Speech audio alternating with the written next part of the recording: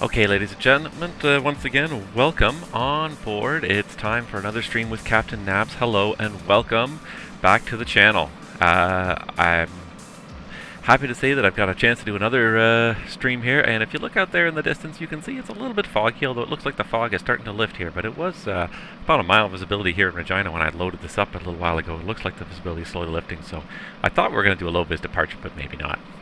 But anyways, welcome back to another episode of A Pilot's Life here on the Twitch stream, and we are going to, again, be doing another episode of my Pilot's Life career here. So today, you can see we're starting out here in Regina, out in Saskatchewan, and we're heading up back to Edmonton and Calgary. Following that, if we have time, we're going to do a quick Edmonton back down to Calgary leg and call it a day there. So that's going to get us through quite a few legs of our schedule here.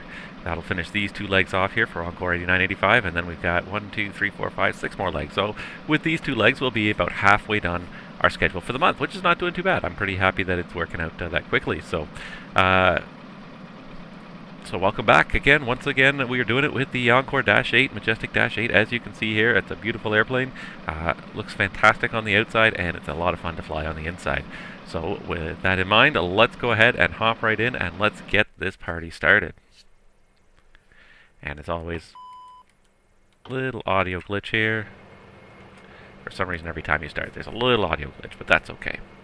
Alright, so I tried to reload it, and for some reason the reload did not work. So we're starting from sort of a mid-turn state here, but I'm going to have to basically start everything from scratch yet again. So here we go. Starting with a quick look at the overhead panel here, let's go ahead and make sure that the batteries are on, electricals are all on, ice protection, everything is off right now. The engine intakes are open, and we're going to go ahead and turn on the windshield heat. It shouldn't do anything anyways without AC power, but it probably will anyways. One of those little glitches of the system, but that's okay because it fogs up way too easily anyways.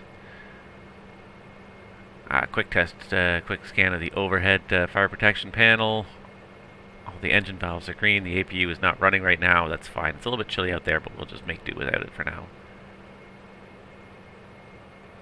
Alright, and the lights are good there. And we come back down the other side. I think we're okay for lighting now. It's kind of early morning on the prairies, but it looks like the sun's up already, so I'm not too worried about it.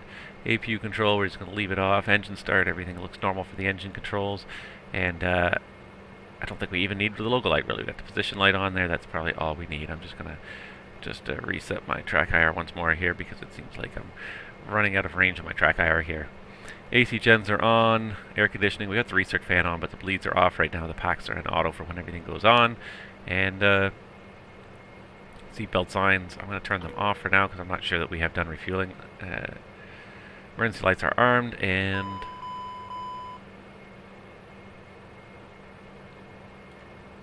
caution lights and advisory lights. This should turn on everything.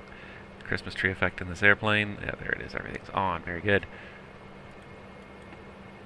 And actually, one thing I should do, because as always we are going to be using a track IR to our advantage, I should actually fire this thing up and make sure it is ready to go here. So let's start with the brief, and let's talk about just what we're going to do for the departure here. Call it gate departure. Alright, gate's sort of not working here, so we're boarding through the door anyway, but no SDX here. We're going to take off in heading cell. I'm going to say we're going to need at least level 2 for departure because of the fog out there. Flaps 5 is fine for departure. Follow the SID. We'll do end top, bleeds on.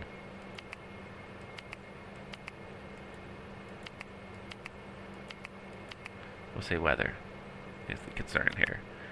Alright, and we'll go ahead and run the pre-flight expense. Hey Captain, how are you today? I am good.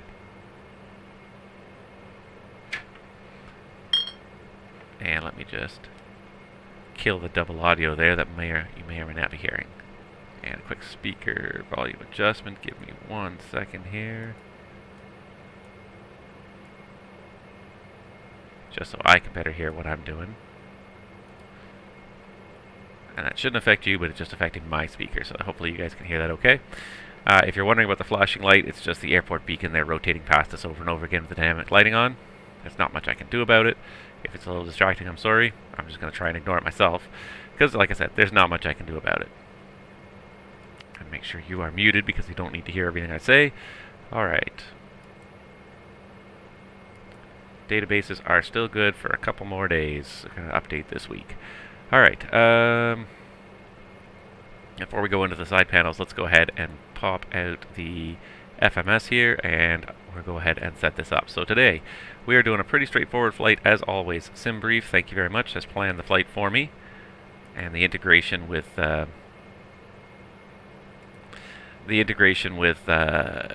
Pilot's Life is really nice to have. So there it is. SimBrief is ready to go.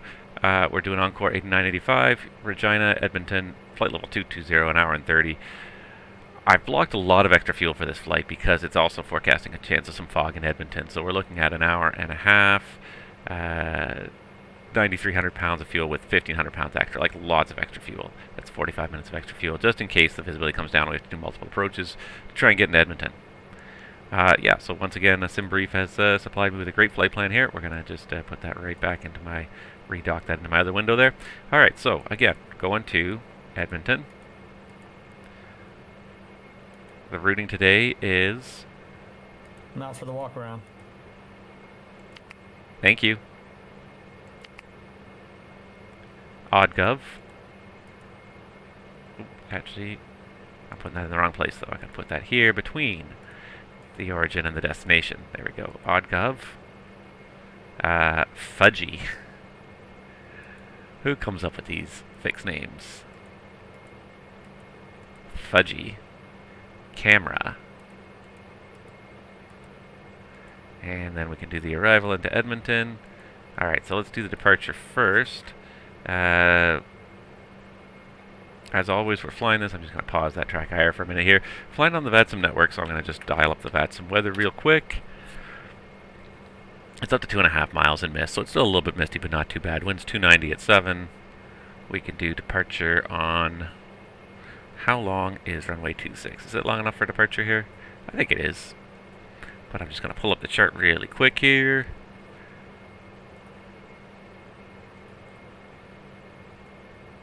Here's my Navigraph chart.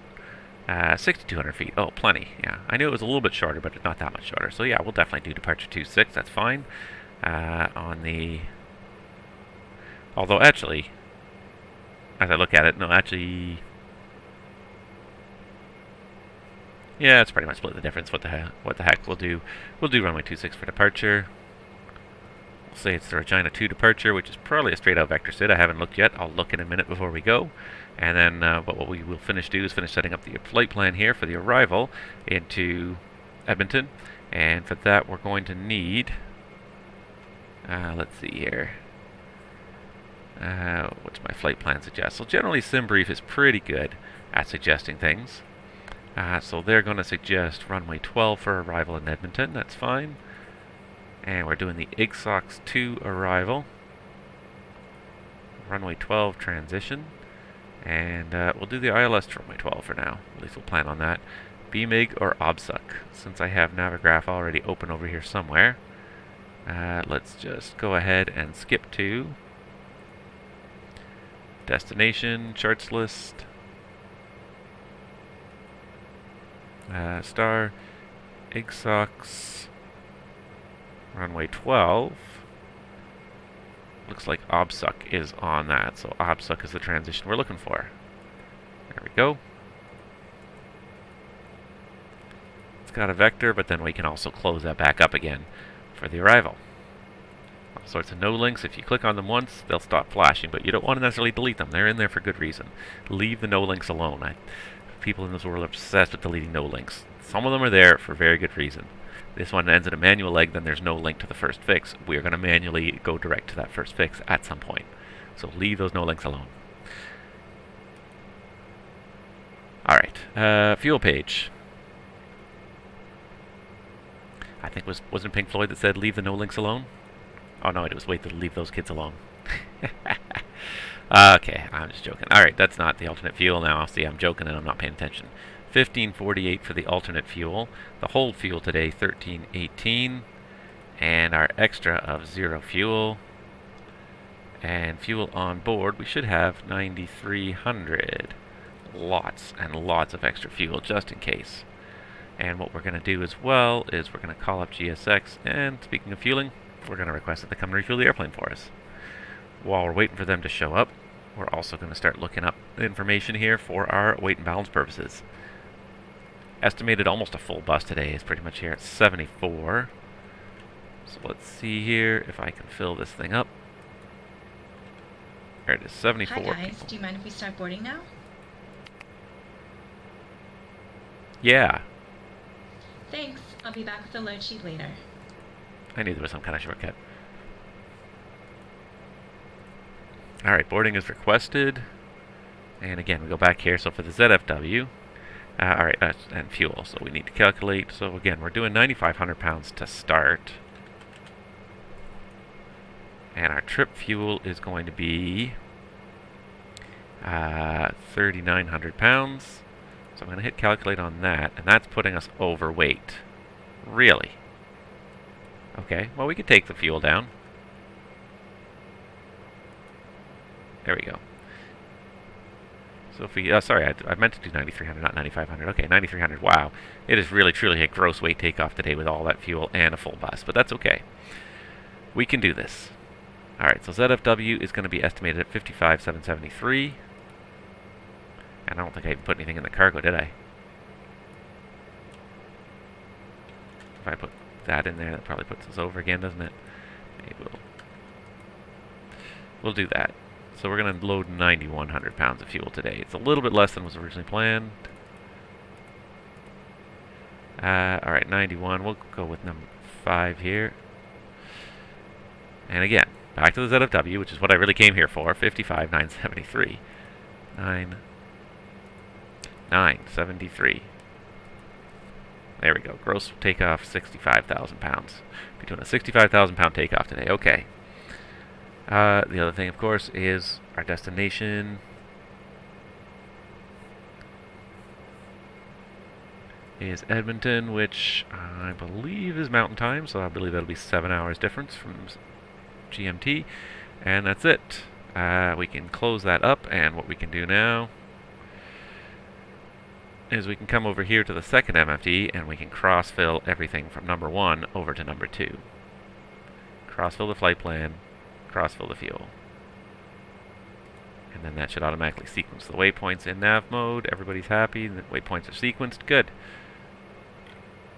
Let's go ahead and get you guys into FMS mode. And it's time to start looking up a little bit of information for our departure. Pardon me 1 second while I pull out my takeoff and landing card and take a sip of my coffee, because it's morning. You gotta have coffee.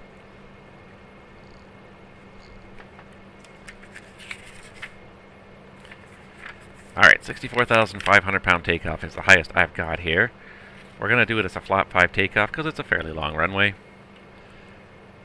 Zoom in here to make it a little bit easier to see, and our speeds are 137, 137. Wow, these are pretty high rotation speeds here, but what are you going to do? Flap 5 at a very high weight, you're going to need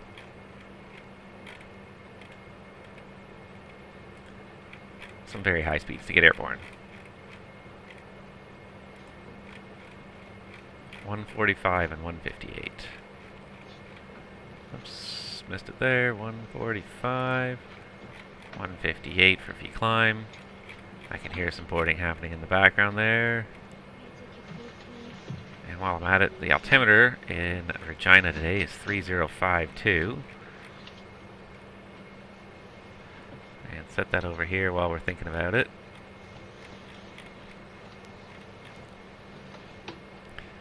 There we go. Alright, then last but not least, we need to set our flap retraction altitude, which is going to be based on the field elevation here. Pull up my Navigraph charts, and again, go back to... Could not connect the simulator, fine. Don't worry about it too much, because... I'm back from the walk around. Everything looks good. Thank you. Wrong thing I clicked on there. Wait a second. Okay, Regina field elevation, we're looking at 1895. We'll call it 1900, which means we need 2900 for our flap retraction altitude. Crucial for FSX that you set this, but you should set it anyways as a matter of good practice. because it's just a great visual reference. You see this yellow bar slide by on the altimeter, you know when you've reached. It's a great visual cue, for crying out loud, for knowing when you've reached off traction altitude. So look, 2,900, yeah, see, we're sitting at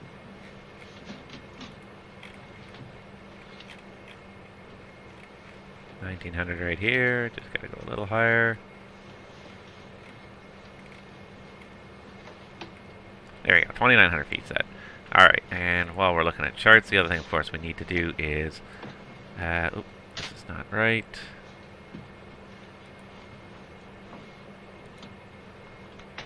Regina. 2 departure.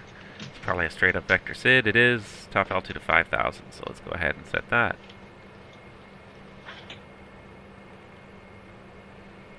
There. Now we got everything set up there more or less. Now we can do hit. Nope. Hit the go around button. And then we can hit heading. Alt cell and turn on the yaw damper. And while we're up here, the other thing we do need to do is... Actually, no. We don't need to do it because the FO is going to do all these things for us. He's now going to start his flow around the flight deck.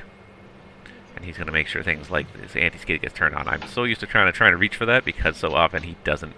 If I don't have FS2 crew, I always had to remember to turn it on. It was the one thing on that side of the airplane that's not on the left side that you have to turn on. Test the cockpit voice recorder. No, you can't on this airplane. Do a quick little control function check here.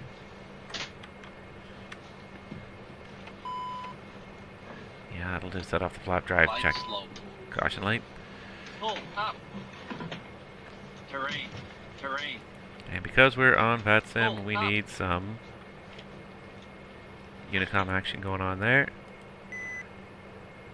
along with a good transponder code.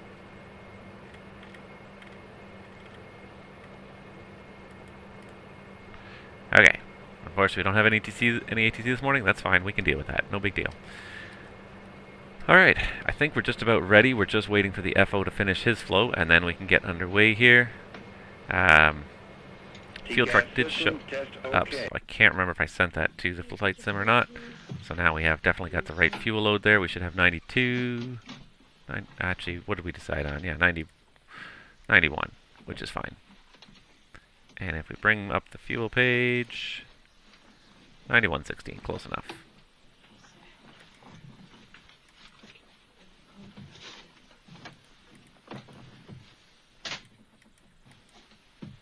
Am I still paused?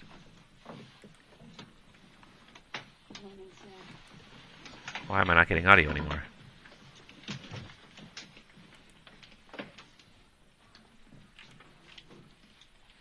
It's very strange.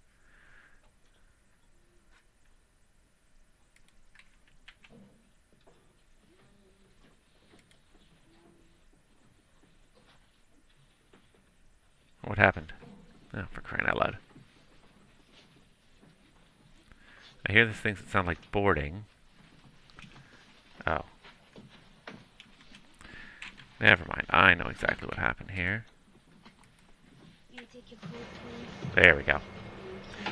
It was paused, but because GSX was waiting for an input of the number of passengers, I couldn't actually hit P. It was waiting for me to input something. Alright, so now I think we're just about ready. Let me just pull out my Dash 8 checklist. Give me a moment here. And I think we'll be ready. So we're going to skip the 24-hour system checks today. I didn't actually do the flight deck power-up checklist. I should probably do that now just to make sure it's done. Alright, so aircraft flight log checked, circuit breakers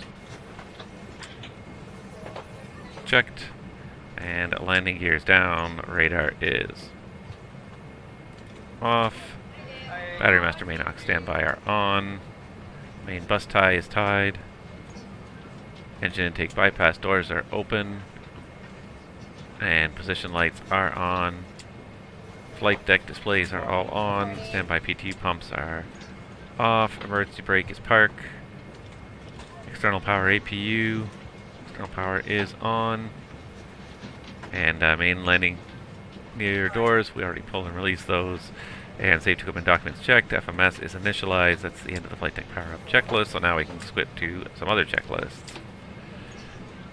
Before we do that, are you ready for the departure briefing? Go ahead. Okay, so for the departure briefing today, we're in Regina. The speeds are in. We're going to be departing on runway 29er. It's heading heading runway 26. It's heading 260.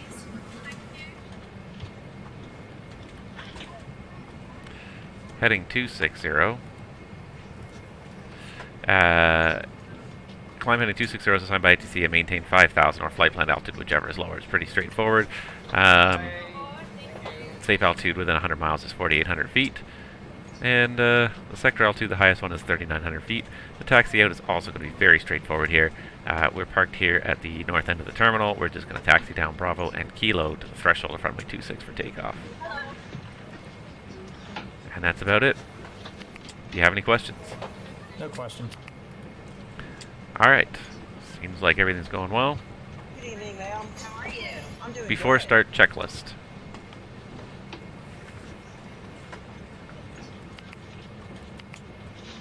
Before start checklist. Stand by.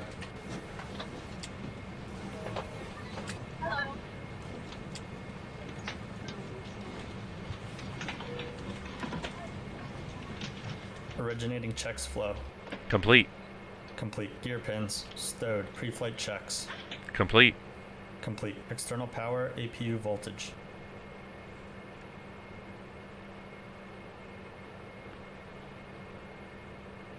External power is on 27 volts. 27 volts. Circuit breakers. Checked. Checked. Escape hatch. Closed. No steering. Off. Flight guidance control panel. Set. Fuel quantity. 9110 pounds on board. 9100 pounds planned.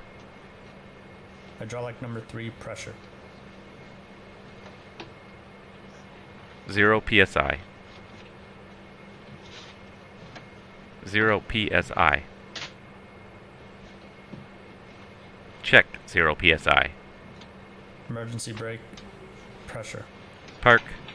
Check. Park checked. Power levers. Disc. Condition levers. Fuel off. Emergency light switch. Arm. Descent belt switch. On. On. Departure briefing. Complete. Complete. Before start, checklist complete. There we go. We're getting better. One thing I never did, actually here, I'm just going to have a quick look at it here, is I never did check out my VATSIM just to see. There's no ATC online, but I wonder if there is. There are a few people flying not too far away. We'll have to keep our eyes open for them. Alright, we're waiting for the boarding to finish, and that's about it. We're ready to go otherwise. This time I finished way in advance of everybody else. Probably because we didn't do the 24-hour system checks either. I think the GSX is done though. Or nope, here comes the GSX baggage train.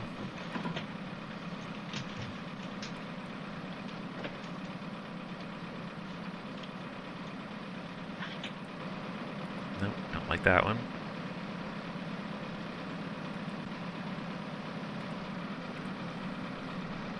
Here comes the guy, or we can do this one from behind. Also, not a bad view. Something different. We'll just let him get loaded, and then we'll get underway here.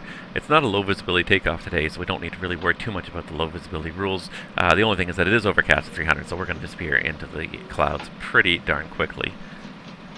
So the one thing we are going to have to do is make sure that we do have a takeoff alternate if we don't think we can get back in. I think we can get back in at 200 feet though.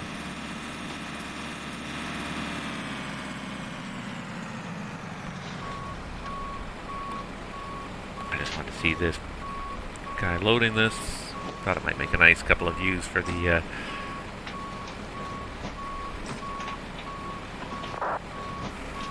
he goes, loading stuff.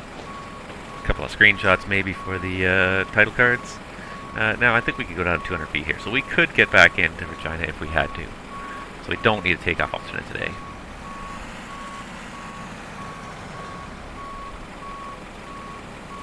Gotta say that the textures and stuff on this GSX vehicles now are pretty phenomenal. And the body movements overall are very smooth. Like, almost shockingly smooth how good they are. You can still see little jumps when the animations start and finish, but only if you're really staring at this guy. If you're just sort of looking from somewhere far away, you'd never notice the jump when he suddenly decides to reach for his first bag and start grabbing it. Overall, it's extremely good.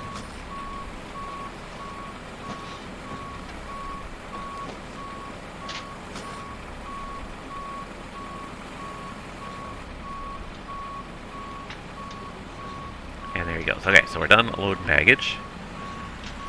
And I might just accelerate the GSX as well here. Boarding is complete. Alright, very good. So what you can do is you can click on this little Hi T... guys, here's the load sheet for you. Have a safe flight. Thank you. You can click on this to accelerate the time to be closer to departure time. Alright guys, everyone's seated. We're all buttoned up and ready to go in the back. Thank you. If you need anything, just let me know. Thank you. Alright. Due to icing conditions, please stand by for engine start until push completed. Because of the Dash 8, we're not going to stand by. Alright, let's see if I can remember how to do this one without botching it too badly here. Engine start checklist to the line. Guess it helps if I mute it. Engine start checklist to the line. Battery master, main auxiliary, standby. On. Doors, fueling lights. Closed and out. Any collision light. Locking gear. Red. Engine start checklist completed to the line. Below the line. APU bleed. Off. Engine, clear on 2. Clear on 2. Engine start checklist complete. Start 2 for me, please. Starting 2.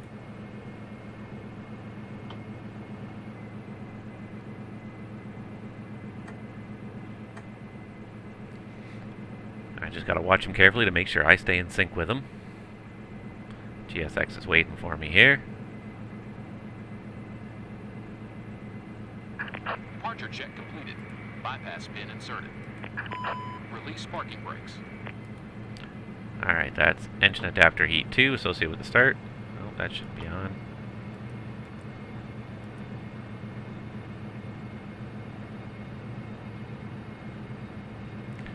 Looks like a stable start on 2.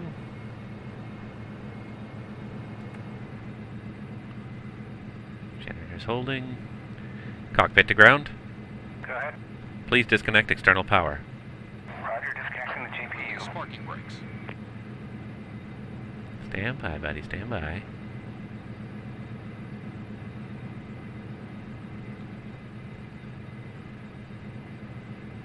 Alright, GPU's disconnected. Commencing brakes off. push. Due to icing conditions, please stand by for engine Captain, start the until GPU push is now completed and disconnected. brakes set. I keep forgetting that he has a voice message that he tells me when it's disconnected.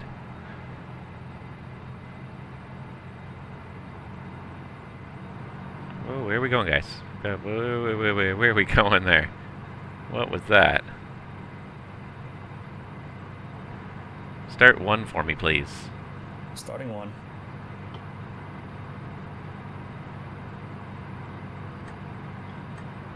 CFO's doing that. Let's go ahead and check out the external views again.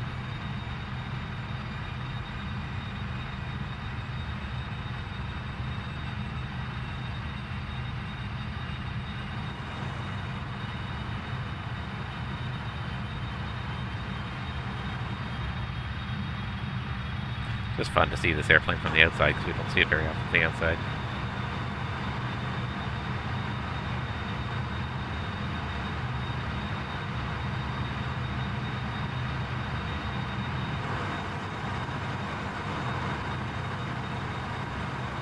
Nice driving there, buddy. Nice drive.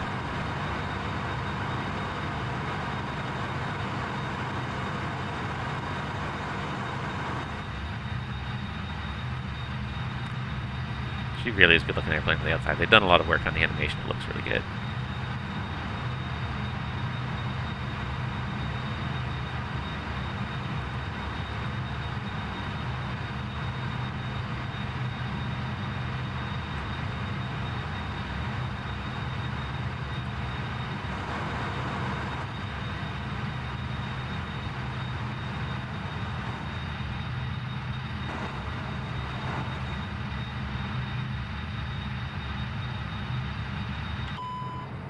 Alright, yes, I know. You've been doing stuff in here. You did a nice job with the engine start.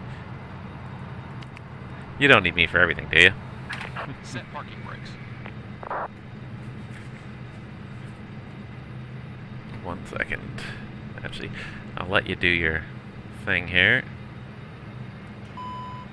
Waiting your confirmation for good engine start. Yes, the engine starts were good.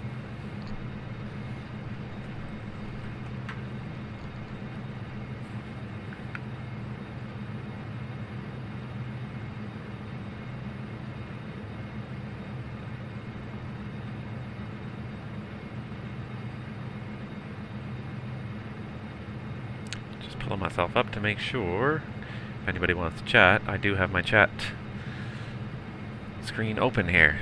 Hopefully I will notice it before too long. Unlocking gear. Alright, that was the park and brake over there. Yes, you guys can unlock the gear and do your thing. Disconnected. Bypass pin removed.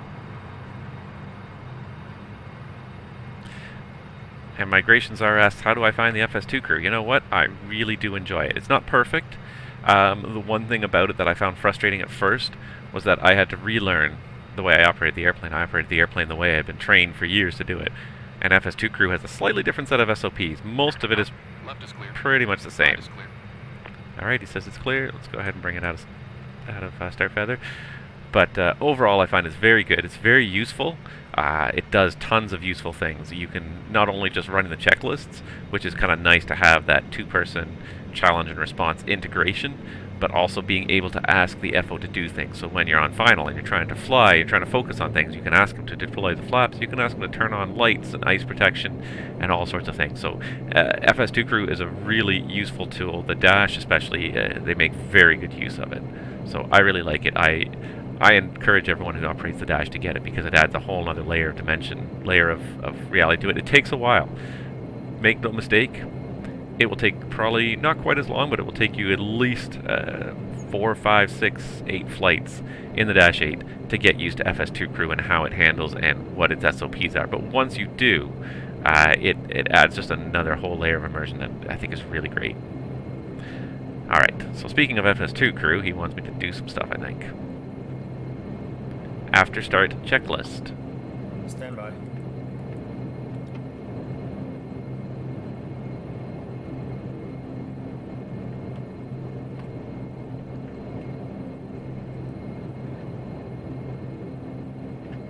Just checking the rudder pedals as well. Once those are checked, go ahead and turn on the nose steering. Ready to stand by, and we're good.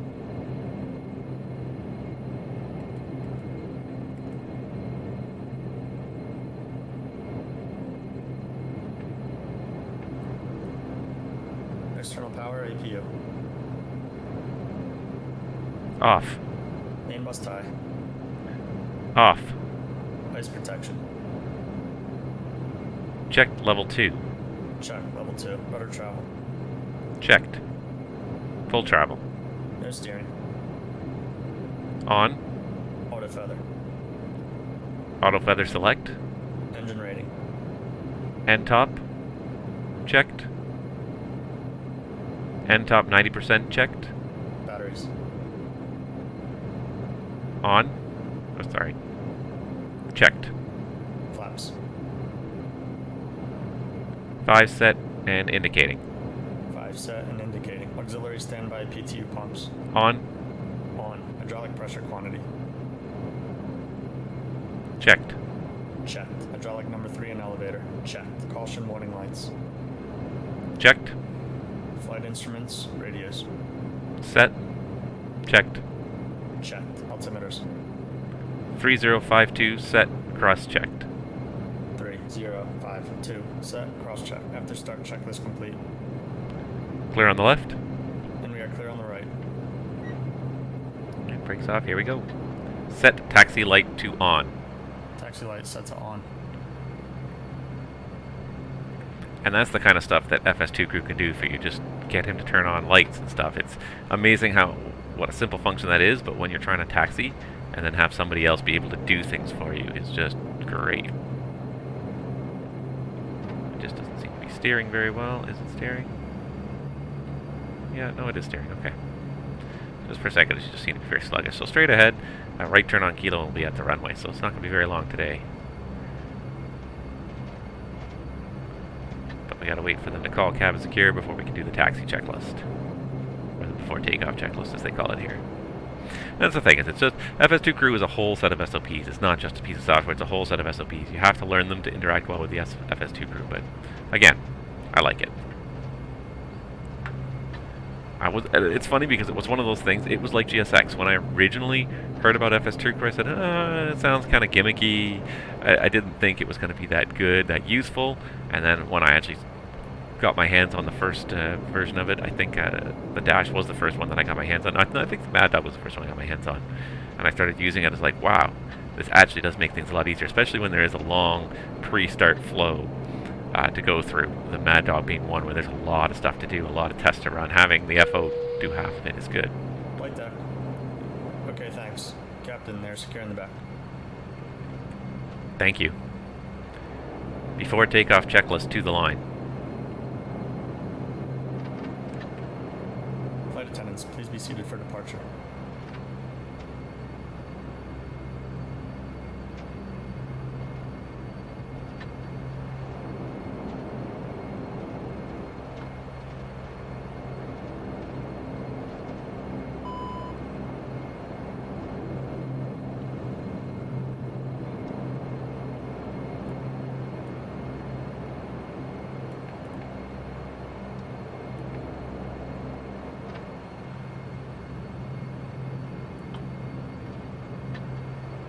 FA notification received. Takeoff briefing complete. Cabin PA complete. Condition letters.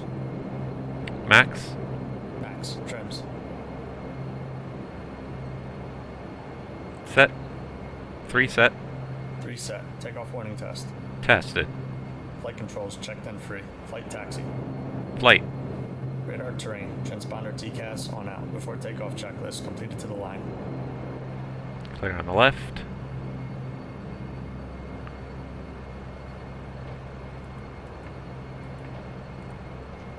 Lights going on.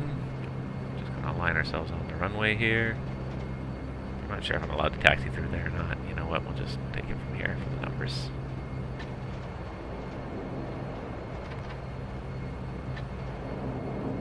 Before I actually do hit power here, I'm gonna check one thing.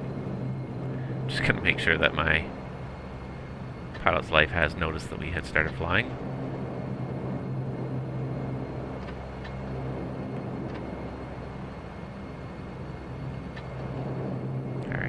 Brakes for a second and just pull this up and make sure,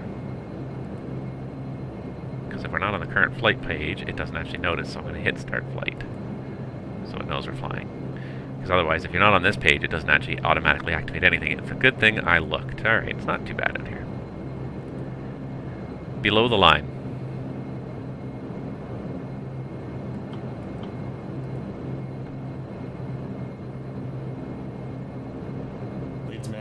External lights on. Runway. Runway 26. Heading 260. Runway 26. Heading 260. Before takeoff checklist complete.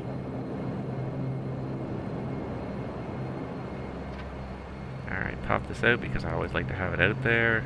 Heading bug centered. Let's go.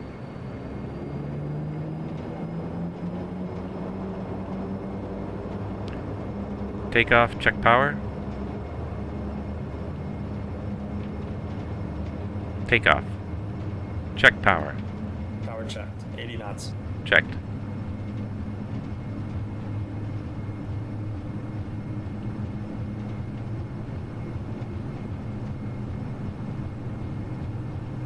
1, rotate.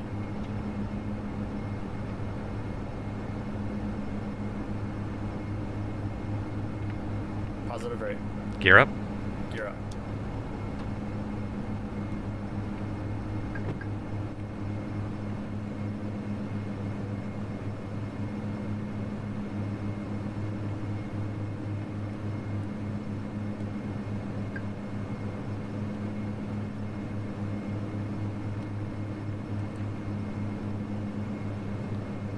Acceleration altitude.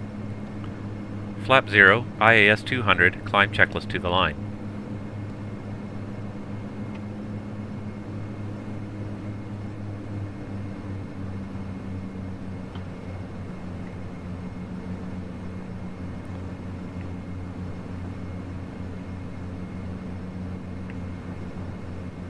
Autopilot on.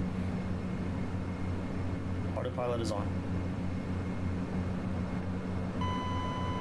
Climb checklist completed to the line. 1,000 to go. There's heading cell mode again. Checked. Alt cell.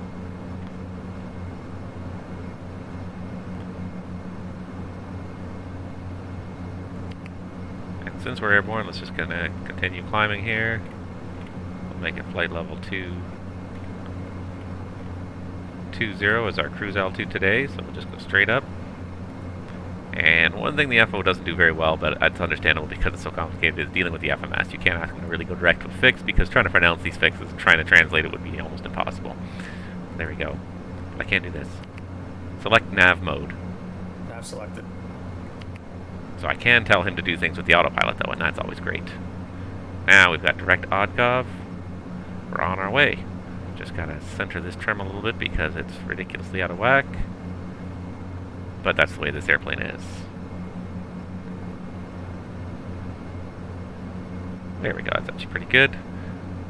Maybe a little bit more right trim. Just a few more short bursts should just about do it. One thing for real dash drivers you'll find is it's better to just sort of do the rudder in a couple of short bursts here and there. Don't do it all as one big give it like 16 seconds of rudder trim. Just give it a short burst, give it a second to stabilize, see if the trapezoid is centered. If not, give it another short burst. But generally you want to operate the rudder in a couple of short bursts. You can even count out like 2 or 3 short bursts, but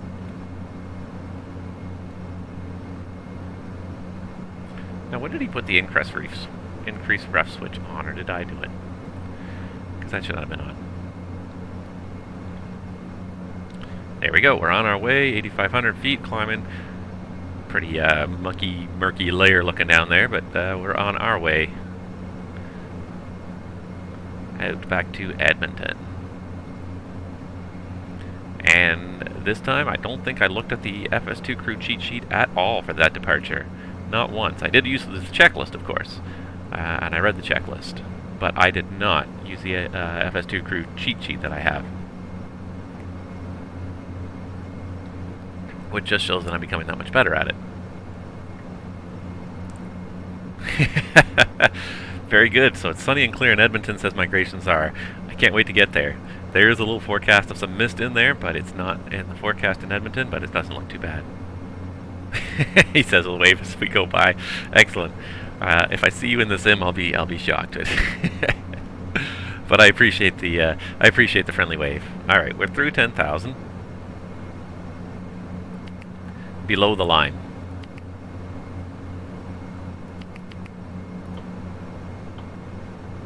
So he turns off my lights for me. Complete. The one thing he doesn't do though is the seatbelts. It looks like a nice morning out here, so we're going to go ahead and go seatbelts off. Hopefully the weather will look a lot nicer when we get to Edmonton, because boy, there's not much to look at today, but sometimes that's the way it is when you fly. It's just simply gray sky below, not much to look at. But yeah, I'm pretty happy with that departure. Certainly in terms of the FS2 crew.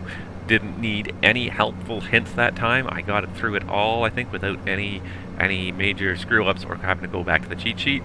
So I've learned the calls, and that's big with FS2 crew. But once you learn the calls, it's a good piece of software.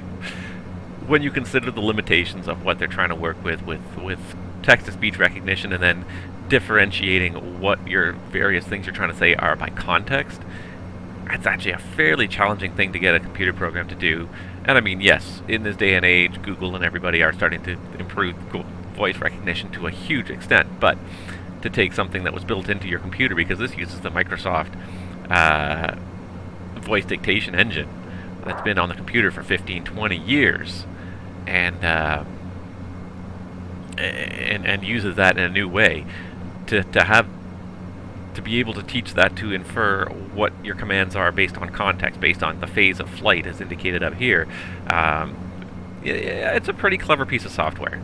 They spend, I think, a lot of time going through various scripts, various scenarios, and saying, what can we do, how can we choose certain key trigger words that are very distinctive that will make sure we're doing the right word, so that we're doing the right action based on context, based on what you're saying. You know what I never did? I never moved my condition levers on my throttle quadrant. That's one thing. If you do get FS2 crew, it doesn't. The FO may move things for you, but it doesn't actually change the switches on your actual throttle quadrant. So, for example, I have the condition levers linked up to my throttle quadrant. I need to also move them manually to keep them in sync. Otherwise, at some point, they will jump to the new position.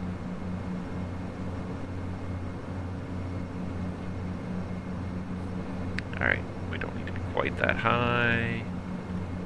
Pitch down a little bit. Let's keep some speed going here, especially because I think we're going into the wind a little bit. Not much of a wind, 30 knots. A little bit of a wind. It's not crazy strong today, but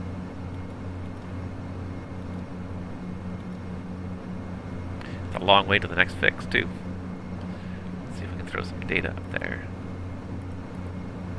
Airports and VORs. Well, there's a lot of airports around us, so maybe the VORs would be better use of my data for situational awareness. You can see the various VORs. There's Saskatoon right there, which is where somebody else was just landing just now. So always good. Like I find some people fly with like a blank screen, nothing but the magenta line on the MFD, and I find that a little bit odd, disconcerting a little bit, because it really is.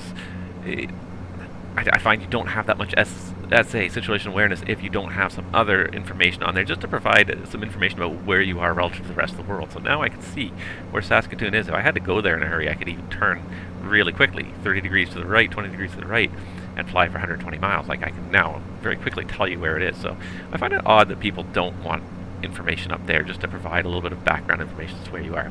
Okay, very quickly here, we're going to transition.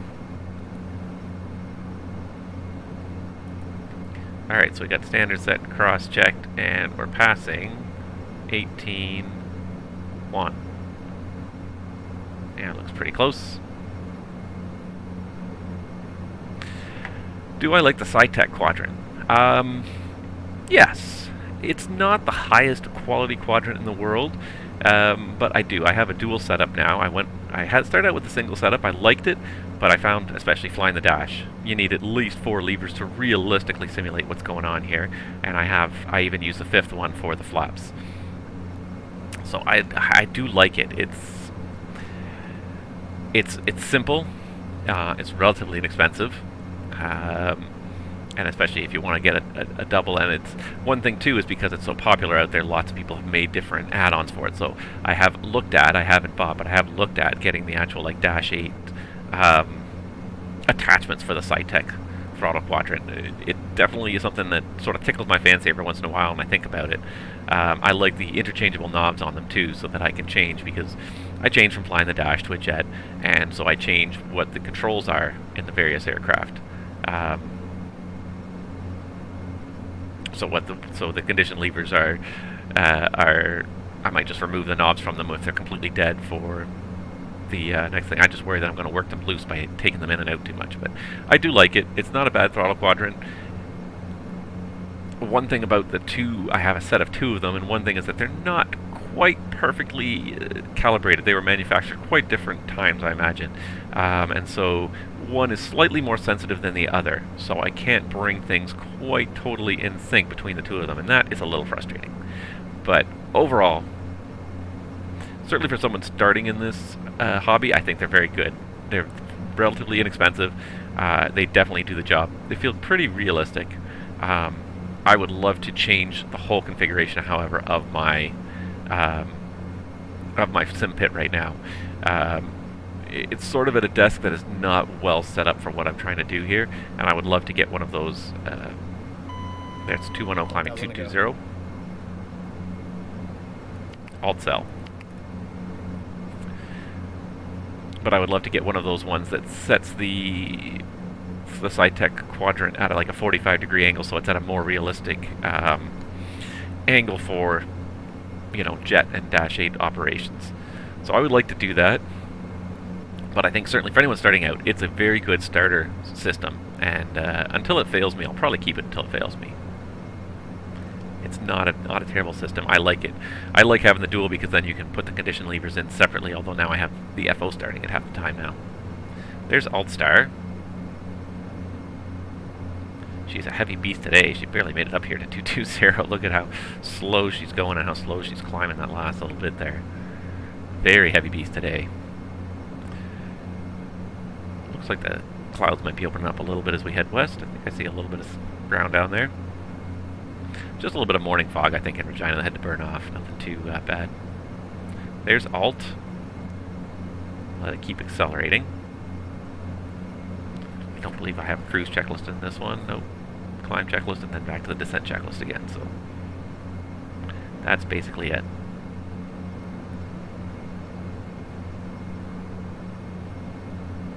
Just want to see this thing accelerate, hit like at least 220, 230 knots indicated, and then we'll put it back to climb power, or to cruise power and see. I guess we can pull it up now anyways and see what time are we going to actually get to. We're showing 1 hour and 27 minutes still at our current rate of speed to get to Edmonton. Whoa, Nelly. That is a long flight. That's not that long really, and we're at quite a bit of speed here, but only got 32 knots of headwind. It really shouldn't be making that much difference. We just have to build up some speed here. We were so slow and heavy in the climb. We need to build up some speed. We'll probably still slice another 10 minutes off this at least as we accelerate here. She's doing actually not a bad job now. Now that we've leveled off, not pitched up so high for the climb, got to retrim that rudder again and again and again. There we go. Now we got less than an hour 20 listed on there and still accelerating. Okay, maybe we'll be okay. It just seemed like an hour 26 when we'd already accelerated. It seemed like a lot.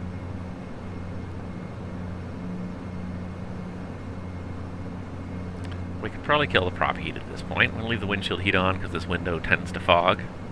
But we'll turn off that prop heat.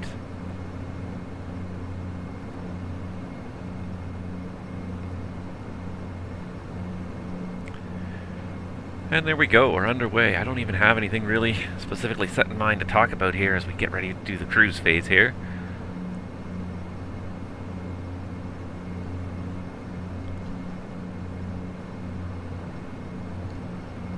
So I'm just trying to brainstorm myself a little something anyways.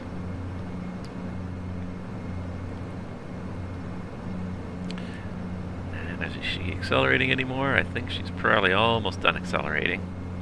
Well, we got her down to an hour 13 at this speed. That's not bad. Grounding 290, true almost 330. We should be able to get at least another 20 knots true out of this, but I think what we'll do is we'll pull this back now. Use my nice fancy condition levers on my Saitek quadrant. There you go. Simple, but they work. And having a throttle quadrant adds a whole nother level of immersion.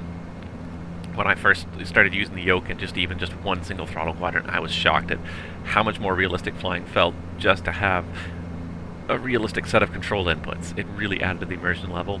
Having a set of rudder pedals and another yoke really helps, but you know, I'm always looking to kick it up another notch in terms of how can we improve the immersion, how can we make it better. Next on my list, I think really for improving immersion is a better layout to my sim pit. I would like to have some sort of a desk beside me where the center console would be, where I can have the throttle quadrants on there, where I can have an FMS on there perchance. That's something that I'm probably going to show you guys in the next couple streams. I don't have it set up right now very well. I don't have a camera even plugged in to show you, but one of these days I will show you that I do have a way of having an FMS on a center console. So that's my kind of next goal for my sim pit, I think, to improve my immersion, is to have some kind of a central table to my right here where I can have my throttle quadrant, where I can have my FMS, and maybe even have like a little checklist, have a little pouch or something, a little pocket where I can slide my checklist and everything into in a more realistic location. So that's kind of, I think, the next thing that's going to really kick up the immersion for me. TrackIR also was another one that really kind of helped with the immersion. Really, the way I can look around now, and I've gotten pretty good at controlling it. Sometimes it gives you almost a little bit of a sore neck. It's an interesting little thing about TrackIR, because you spend so much time trying to position your neck in certain ways and to look at certain things. If you hold your neck there long enough, it actually ends up making you kind of sore, but it really did kick that immersion up a notch. Alright, that's not a bad ground speed. We're showing 1 hour and 5 minutes to Edmonton. That's not bad at all. So, what else is new in the flight sim world? Well, for those of you that haven't been paying attention, Across the Pond is coming. It was announced, I want to say it's April 4th. I'm pretty excited again this year, as always. I don't ever end up really flying it because I end up controlling it, but it is a fantastic chance to really see what this network has to offer in terms of controllers, their abilities, and pilots and their abilities, and just the community as a whole. How big of an event can we put together? It blows my mind that we are still every year setting a record, and at the end of the day we could do so much more too than what Across the Pond allows. The thing about it is that if you look at the Navigraph survey, they received over 17,000 responses. There's 17,000 people at least out there simming, and into this enough that they are have received an email about the Navigraph survey from somewhere that they bought software, and that they feel compelled to respond to it. So in reality, the community is probably even bigger than that, but the fact that 17,000 people respond to the Navigraph survey says that the 1,500 to 1,700 people that come out from across the pond one day of flying on the VATSIM network is still maybe 10% of the community, if even that. So there's still a huge potential to expand. But that being said, I don't think across the pond can get much bigger. 1,500 people, 1,500 plus people, most of them flying across the Atlantic on a couple of streams with a probably a unrealistically low controller load. And just going into the red line, just bring the power back just a hair there. It's almost an unrealistic expectation. It's still great, and it's a lot of fun. And I still encourage anyone who hasn't done it before to try it. If you don't want to sit there for the 6 or 8 hours, just fly in and out of a departure or an arrival airport during the departure-arrival window and just see how many airplanes you can have. You know what? It's fun even if you're not participating the whole way, because you'll get ATC from top to bottom. You fly from, like, just to use an example, if Toronto and Boston are 2 arrival airports this year, chances are they probably will be, because they always seem to get picked when they apply. If you were to fly between Toronto and Boston during the arrival window, you will have, like, top to bottom ATC across the board. You'll see more airplanes and hear more airplanes on frequency and see them in the air and on the airport than you'll probably ever see anywhere else in the VATSIM network, with the exception possibly of Friday Night Ops. So if you've never participated, even if you just come and sit for a few minutes and just watch, it's amazing. There's lots of live streaming going on as well for Across the Pond. Doubtless there'll be a dozen, if not 24 people live streaming their flights, live streaming their ATC. I may or may not do it. We'll see how it works out. Live streaming ATC has never worked out very well for me. But that being said, it won't stop me from trying if the situation works. So the thing about live streaming ATC is that you're so busy working as an air traffic controller that you never get time to interact with the stream. You're constantly doing things, and also as an air traffic controller, you're constantly coordinating behind the scenes. So to keep those coordinations, I hate to say it's secret, but to keep them kind of keep them a little bit behind closed doors, I end up often muting a lot of the communication that happens with Across the Pond, and so it ends up being a lot of blank silent time on frequency. But you know what? That's just the way it is. If you don't like the stream in that case, and I hate to be a rude guy, but if you don't like what you're watching, you can always switch the channel, watch something else. It's just the nature of the way ATC works. There's a lot more stuff that happens behind the scenes. A lot of it doesn't need to happen behind the scenes, but lots of stuff does happen. Coordination changes, things that are not going according to plan. The controllers talk to each other behind the scenes to help make things happen for the pilots, and you don't see a lot of that. And I like to keep it a little bit private. The other controllers that are there are not necessarily agreeing to be on my stream, so I tend to keep the backroom communications private for that reason. But we'll see what happens. I'm definitely going to be there for Across the Pond this year. I hope you guys can all make it. I think it's tons of fun. It's just a huge amount of fun.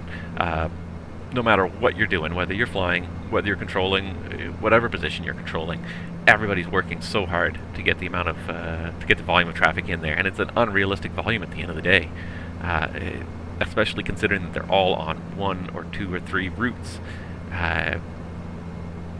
You know, for that couple of hours across the pond, there are probably more airplanes in a lot of particular sectors flying specific routes than there would be in the real world. Literally hundreds of airplanes back to back.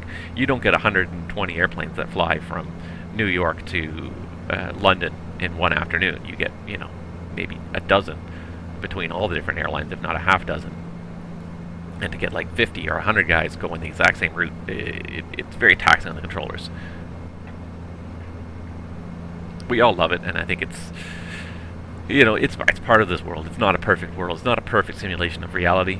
A lot of us wish it was, but that's just the nature of what we're doing. But we try to make it the best simulation of reality we can get, and we certainly try to apply as much as possible the real world procedures and everything as we go.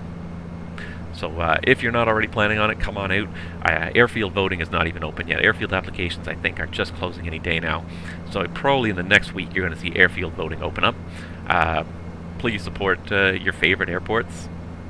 I'm going to put in a shameless plug for Canada. If there's anything in Canada, support Canada, because I think we have some phenomenal ATC. Often Toronto gets picked, but anywhere in Canada, I think we have some really great controllers all across the country. But it's true of most of the network. None of the airports that ever apply, I think, have bad sets of controllers. So please support your favorite airport and plan to come fly that day. If you can't give it the 6 or 8 hours to get across the whole pond, come and do some local flying. You know, there are complaints and disclaimers. Well, if you're not on a scheduled route and a scheduled booked slot, you may get delays. Yes, you may get delays, but isn't that part of the fun too, is to have an airport that's so busy that, hey, guess what, I'm number 12 for takeoff. I have 11 airplanes that I can see in front of me in the sim, and that doesn't happen very often that you see that. So great fun to have that. As from controller perspective, I think we enjoy as much having the other planes that are non-event traffic going different directions, because that just throws a real wrench into the event traffic, and that's part of our job, is to resolve those conflicts and try and make it as organized as possible. So yeah, just because they say that you may experience delays, don't let that discourage you. Come, bring extra fuel for the holding, bring extra fuel for sitting in the holding bay for an extra 20 minutes, but come, please do. I think if you haven't done it before, you'll be amazed, you'll have fun. Just come, bring your patience more than anything, because you probably will be delayed. There's no two ways about it.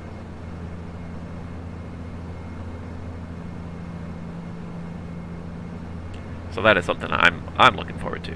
I plan to be there. I hope all of you will make it as well. Other than that, really not too much happening these days. It's kind of a quiet time for simming. People are a lot of people are holding their breath right now because of Flight Sim 2020 and what it could mean. It could change everything. There's no guarantee it will, but it could. I've got to say, like, the scenery I've seen looks very impressive. And it may render a lot of add-ons obsolete.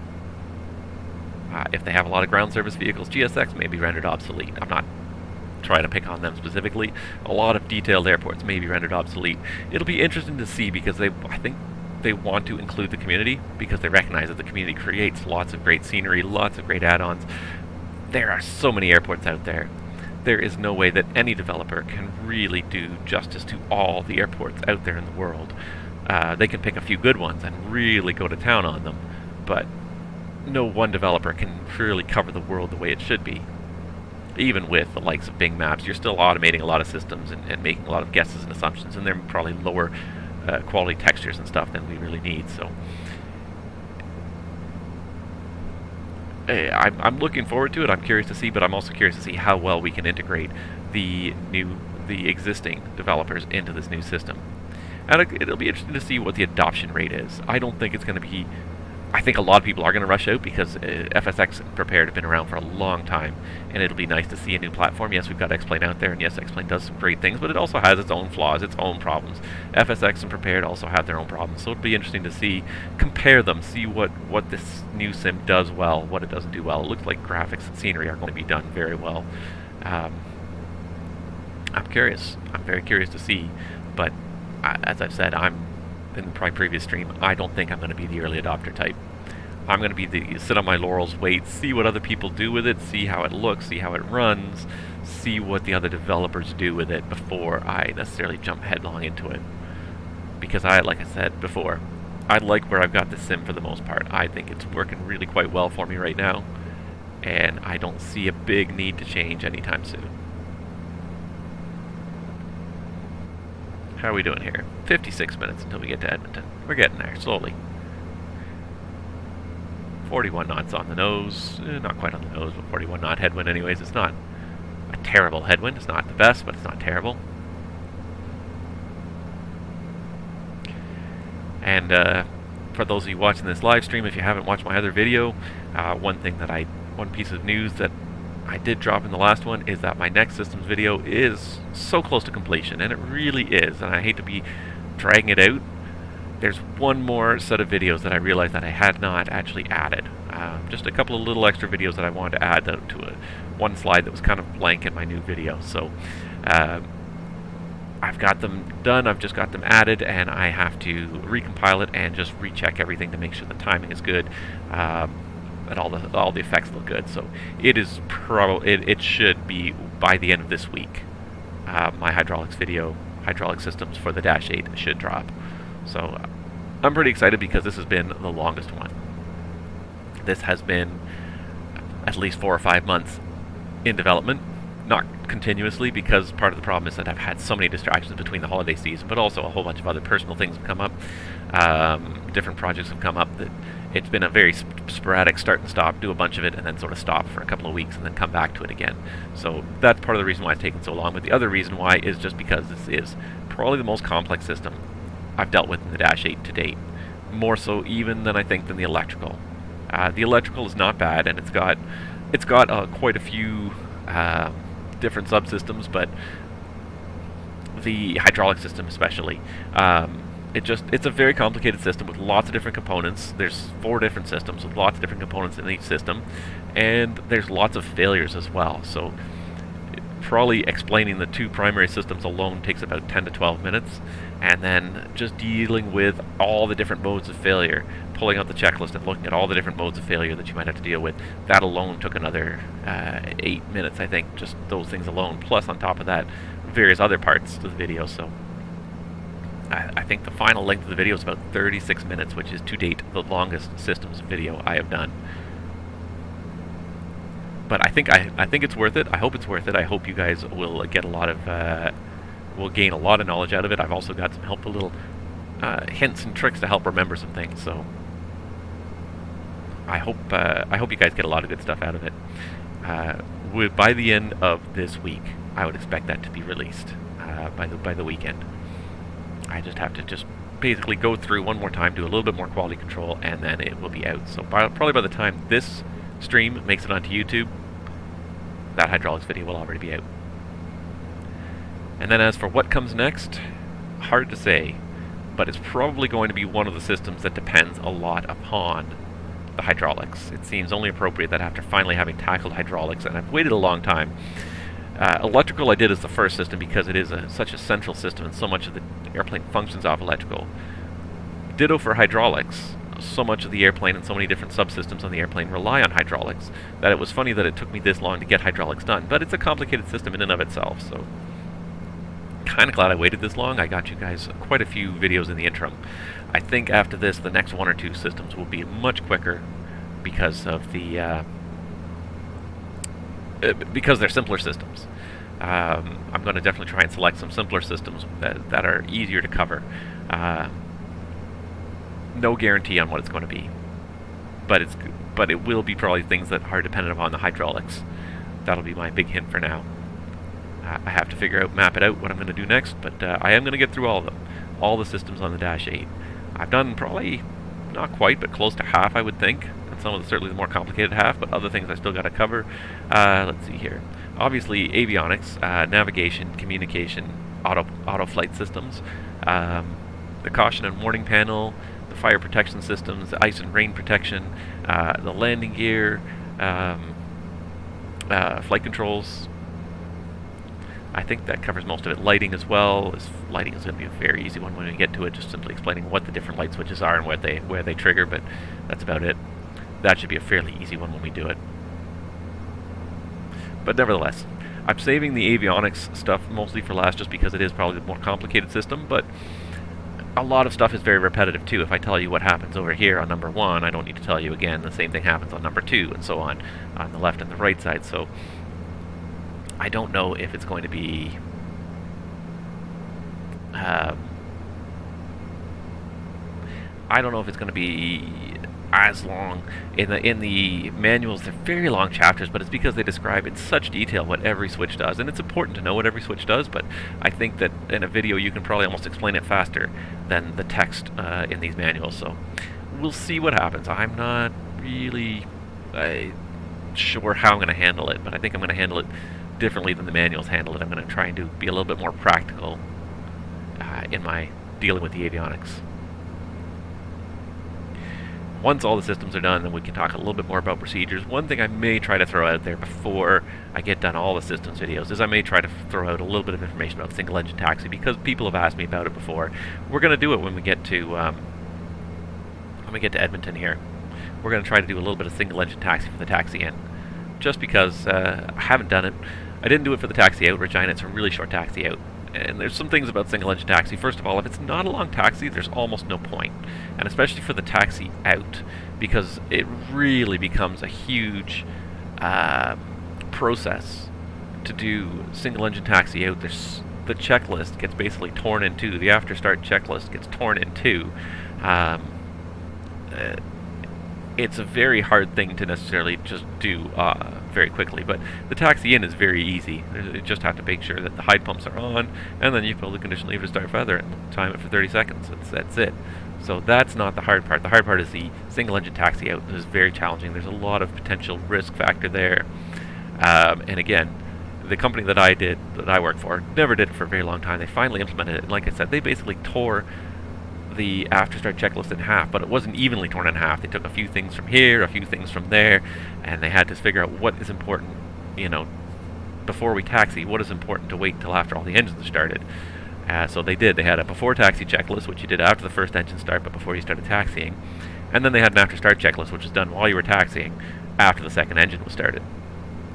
Very, very different from a straight up after start checklist, and it's not going to be compatible with FS2 crew, that's for sure. I've looked through it briefly, not at all. FS2 crew is going to choke on it, so I may have to just sort of bypass FS2 crew during a single engine taxi out to show you guys how to do it properly. Not going to do that today. The taxis are not very long, and I'm just I still need to wrap my head around it. I'm finally wrapping my head around FS2 crew. It took a while to do that even.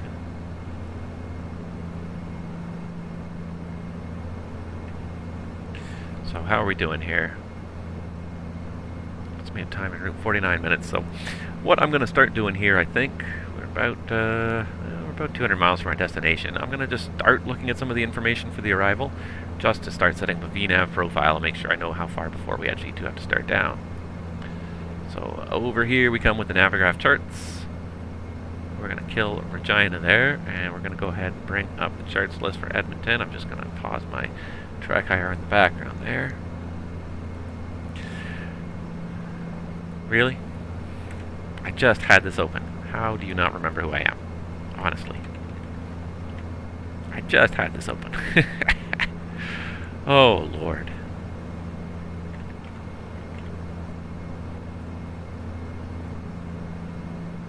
Okay. That's a little better. Silly. Okay, Edmonton. Charts list. So we're doing the IGSOX 1 arrival. We're doing it to runway 12, at least that's the plan right now. I'm going to pull up ILS at 12, pull up a taxi chart for 12, and actually what I'll do as well is we'll just pull up the Edmonton weather really quick here. Edmonton weather, winds 160 at 5. 160 at 5. So we could do 1-2. We could also come around for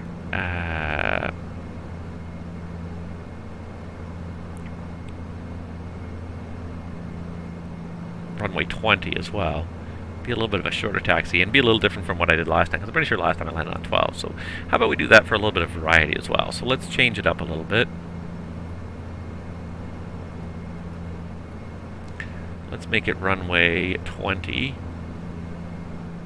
And we only have an RNAV Zulu, so we'll see how this works here. Sometimes this does not work the best in the dash, but I'm okay with that. We'll try it. Looks like it's going to be VMC. They're calling 20 miles and few at 14,000. The clouds have cleared out as we've headed west here, so let's do that. Alright, so before I take that away, the important thing we got to look for here is altitude restrictions here for 20. So camera at or below 190, GoPev at 8,000 at 220 knots is the big restriction. Oop, didn't mean to do that. Alright, so let's... Oh, sorry, what am I doing here?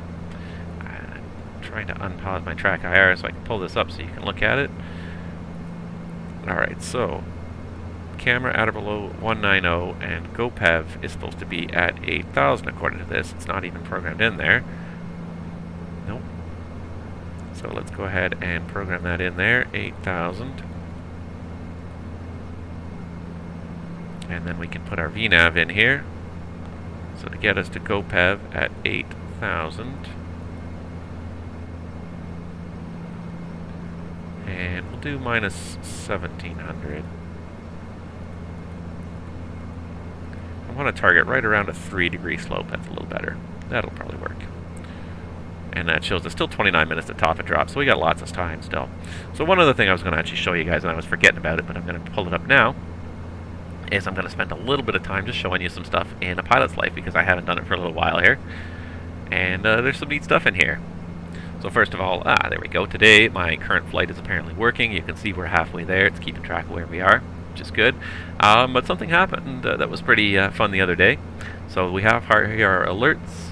Please remain on this page while the flight is in progress. Really, I can't leave this page? I can't show the guys anything else? Oh. Oh, fail. Fail. Okay, fine. I guess we're not going to do that now. When we get there, we'll have to show you guys. But I did get something in my inventory finally, which is kind of exciting. Poo. Ah, well. I tried. Okay, fine. We'll just go back to setting up the arrival now. Alright, so GoPev, VOGAP, and ETBAL. That just annoys me a little bit. I was going to try and show you guys just something to kill a little bit of time in cruise, but no, I can't go away from that page now, apparently, while we're flying. So we have camera supposed to be at or below 190, IGSOX, GoPev, and Kevret Dav... Oh, no, I didn't change this, did I? Can't do a new approach if I don't change it here, so we're going to do this. Runway 20, via the IGSOX 2, runway 20 transition.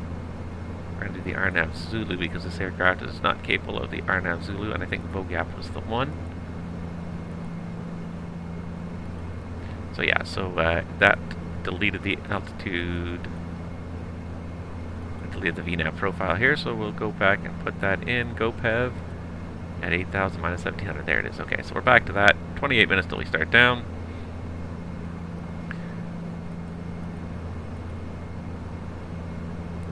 So Fudgy, camera, IGSOX, GoPev, VOGAP, ETBAL. Just go make sure that... Oh no! I accidentally closed my Navigraph charts there. Unfortunately, I'll just reopen it again here. Stay. Alright. So GoPev, VOGAP, ETBAL, and then we continue on the 020 course. Vectors around for the RNAV Zulu runway 20 via VOGAP. And I should really just be doing this in the form of a briefing here, but I just want to make sure everything's in there. VOGAP and Gabit. Where did we go? VOGAP, Gabit, and then we don't even have ONGL. We don't even have the final approach. Oh no, we do, because that's just the approach label there. Yeah, there you go, Gabit, ONGL. Okay, good.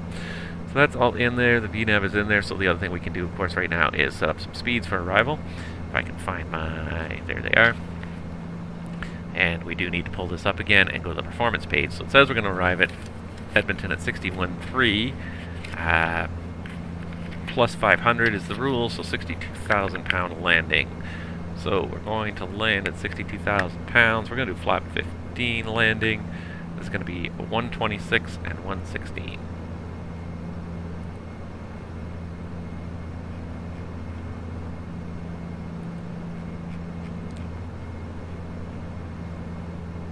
.126, 116, and then fry and climb 30 and 54. So we put them in the backup over here. So 30 and 54. So flap retraction at above 130 and climb out at 154. Alright, and there we go. That's all set up. Now one thing I'm going to do this time, because I forgot to do it in the past, I'm not going to forget now, approach briefing. We're going to go ahead and do it as vectors. What types of approaches can we do? Alright, so we're doing an RNAV. The runway's dry, anti-ice. We're going to say is not required. Flap 15 landing. Bleeds on. As DX, yes. We're going to park at a gate. APU. Yeah, let's get him to fire up the APU this time. Just so we can say we know he can do it. I want to see him do it this time. And we're also going to remember to set our GPWS landing flap switch to 15 for our landing as well. And then that's mostly set up there.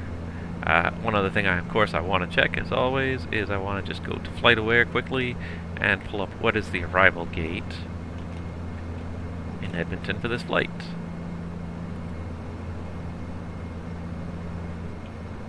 Give me 1 second here while I type it in.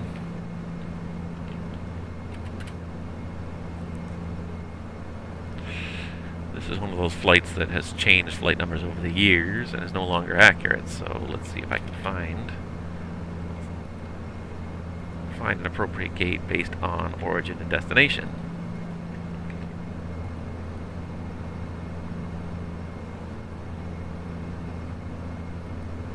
Alright, so the last flight that did this came to gate 49H. 49H, huh?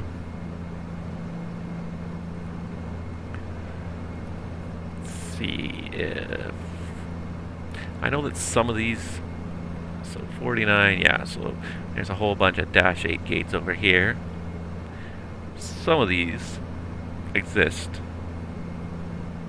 in the scenery. I've seen this little finger here exist in the scenery, so it's just a question of whether or not that particular gate exists, but we'll do 49 something anyways. There we go.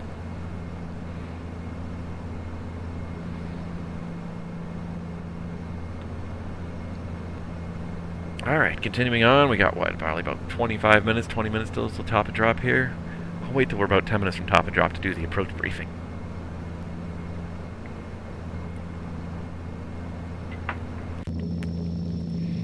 So if anyone has anything else they want to talk about, please feel free to pipe up, ask questions. If you have any questions at all about the dash, feel free to ask. It's a quiet time of year right now for flight simming. There's not a whole lot going on right now. Lots of stuff I think happening behind the scenes right now as people are starting to get ready for this new version of Microsoft Flight Simulator. So I want to see what happens if I enable gimbal mode here. So now instead of the camera moving, I kind of like gimbal mode. The camera stays kind of steady and the airplane moves in front of the camera, and that to me is almost more realistic. This is a Chaseplane option here, and I've started to turn it on in more and more of my views because I find like it looks a little bit more realistic when the airplane is what's moving, and then it feels like we are really in a Chaseplane when we are relatively steady relative to the airplane, so the other airplane moves. And I've been slowly turning on enabling gimbal stabilization in more and more of my views because I think it's a little bit more interesting to watch the airplane roll around then watch all the scenery roll around and the airplane stays fixed. Maybe not more interesting, but definitely more realistic.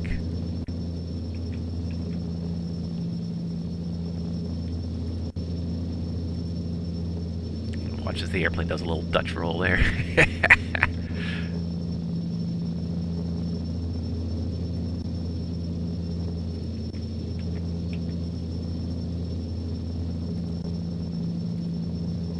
it creates a little flash there just because I'm turning it on in various different views here now. Because I've been turning it on for more and more of my airplanes because I find it just more realistic. It generally keeps the right same trajectory, but it smooths out the camera movements, and the airplane moves in front of the camera instead of the camera moving totally with the airplane, which I think is a better way to sort of do it. It's more realistic anyways, I think. You can see the airplane wobble through the air as the turbulence hits it.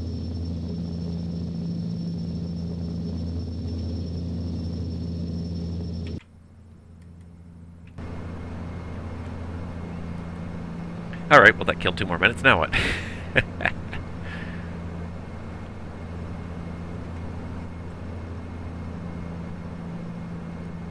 34 minutes till we get there, 22 minutes until we start down, 110 miles still. Yeah, that looks about right. And still no ATC online. I've lucked out the last couple of videos where I've had a little bit of ATC log on partway through my flights, but it does not look like that's going to be my experience today. Just a quiet, lonely day out on the prairies. Anybody else coming up in the VATSIM world? Oh, actually there is some traffic. Somebody is chasing me from Regina over to Edmonton. However, they're doing it in the 7.3 at 38,000 feet, and they are about to overtake me. Ah, interesting. Probably took off after us, and they're still going to get there before us. Ah, there we are. Hello, I see you, Canadian Express. What's your flight number there? 567. I see you, Canadian Express 567. Flying the same route, but a good 13,000 feet further up in the air. I do like sometimes sneaking up and watching people.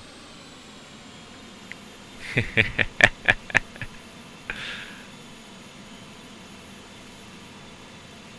I wonder if I can see myself down there at all. Probably not. Kind of fun to sneak up and watch other people flying too. I guess he's going to beat us into Edmonton. That's fine. We'll follow behind him. No point in trying to keep up when you're flying a dash. But thank you, Canadian Express 567, for following us around.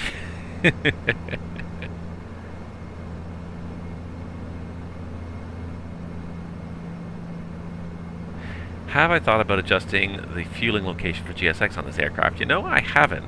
I haven't tweaked GSX stuff too much. I've tweaked a couple of GSX airport gates that I go to a lot that were not well set up, where the equipment was not well set up and the parking position was not well set up, but I have not tweaked the aircraft too much. The only thing I've tweaked on this aircraft really is adding the external door coordinates so that this airplane works with jet bridges in most places where they seem to work.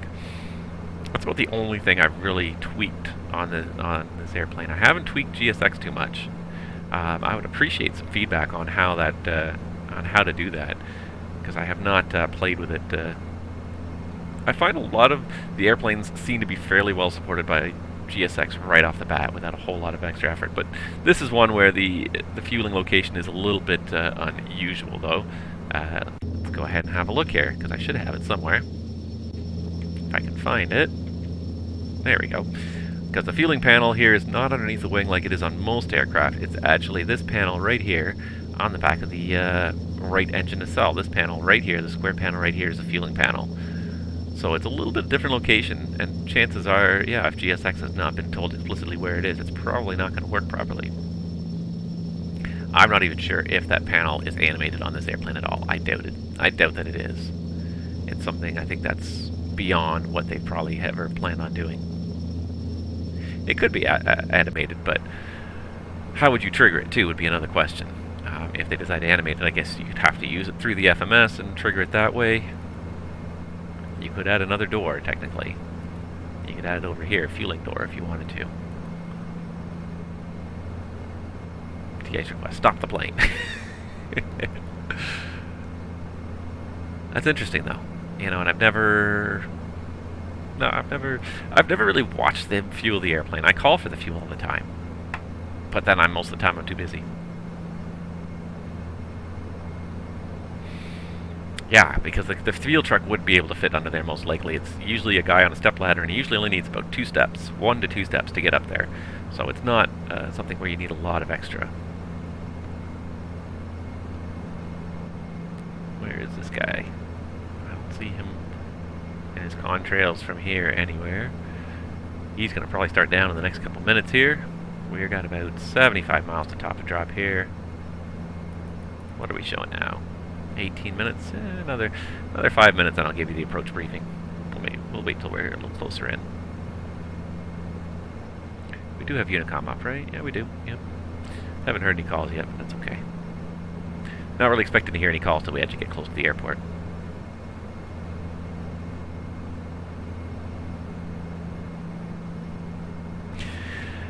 You'd have to be pretty tall, I think. You don't have to be pretty tall, but you can't be short anyways. Most places, and in terms of using the fueling port, it's not that hard to reach. An average height man could probably reach it, but anyone who's a little bit under average would probably have a hard time reaching it. But what's really a challenge is muscling that huge snake of a refueling hose into position and getting it lined up. And trying to do that over your head is going to be very awkward because those things are really heavy. Those hoses, they are not light.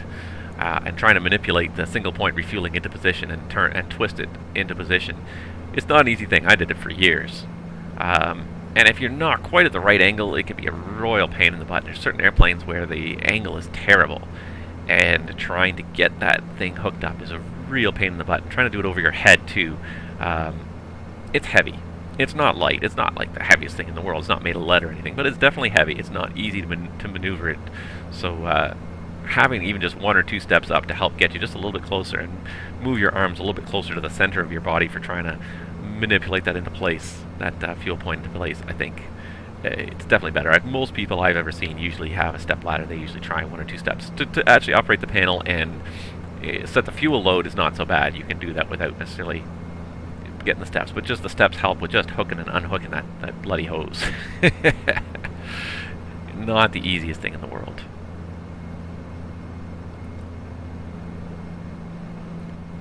And it's just because of the weight and the awkward, and if you don't get it at the right exact angle, it just doesn't work.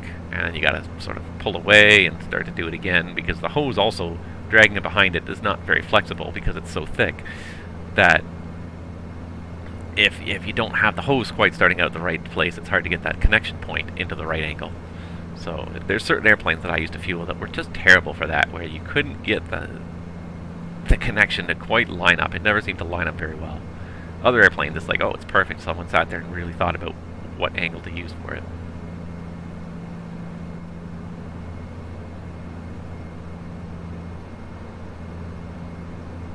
Alright, we're getting there. We're getting there. Slowly but surely. Oh, there's the Canadian Express 737. He's outpacing us quite substantially there. Oh, we got quite a headwind going on now. Increased to about 73 knots here.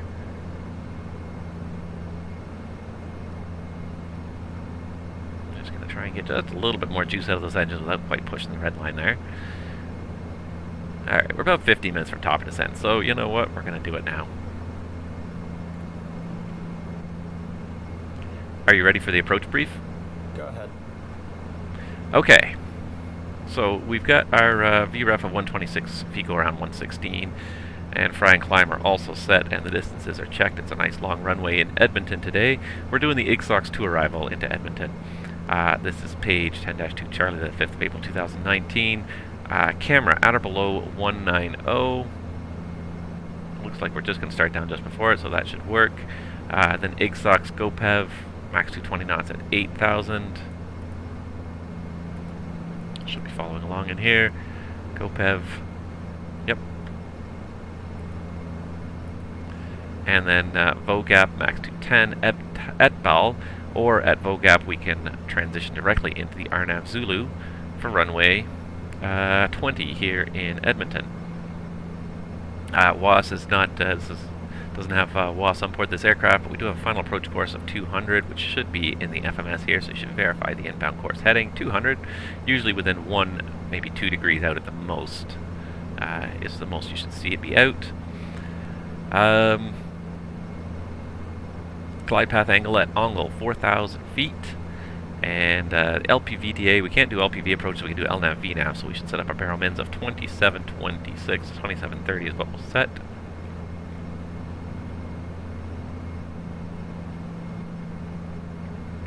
I just noticed we're just a little bit out, so we'll just throw a little bit of rudder in there. And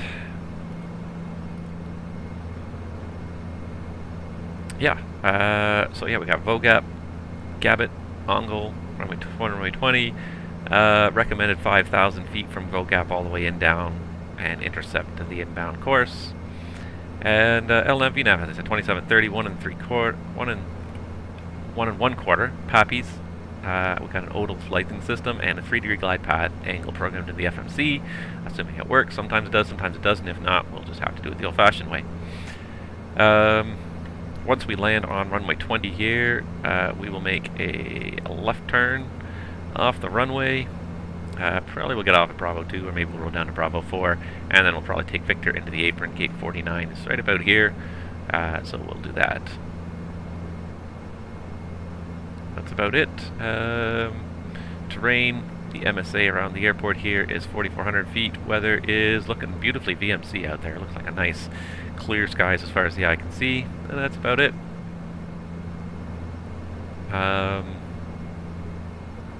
Operational, I didn't see any NOTAMs. Let's have a quick look at SimBrief and make sure there's no untoward NOTAMs here in Edmonton. Airport weather. NOTAMs, destination airport. Nope, nothing much really. One thing I actually noticed just now, and I didn't notice it when I first filed the flight plan, was that it had assigned me a departure alternate.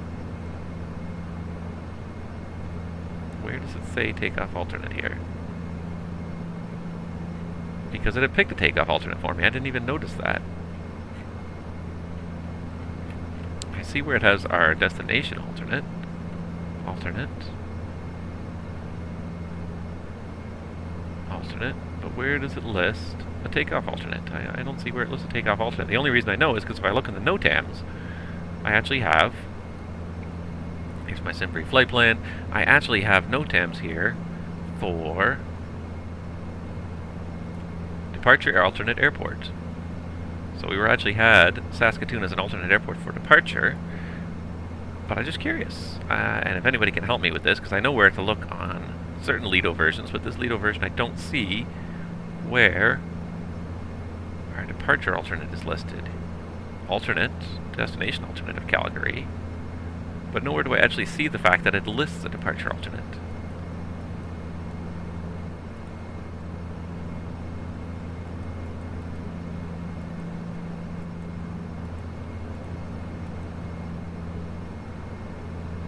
Where do I see that? Let me go into the weather, that's it. Weird. There's got to be a way to figure it out, but I don't know how. Alright, now I'm beginning to worry a little bit here as we get a little closer in that we're actually not going to make camera at or below 190, so I might actually add this restriction in here. So we'll do this first. Camera 190, and we're going to do 1600 because as the wind is picked up, our angle has changed.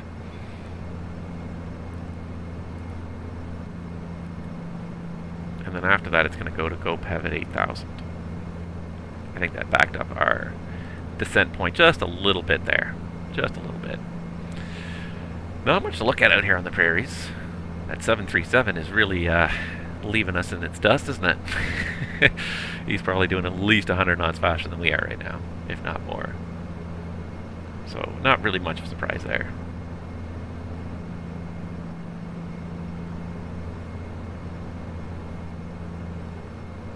Kind of yearn a little bit for the mountains because the mountains had some really nice scenery. It just is so flat out here, and with winter, it's just flat white. Flat white as far as the eye can see, with a couple of little rivers here and there. That's about it. There really is not much happening out here. Come on, top of descent. Give us some excitement, something to do here. but we're getting there.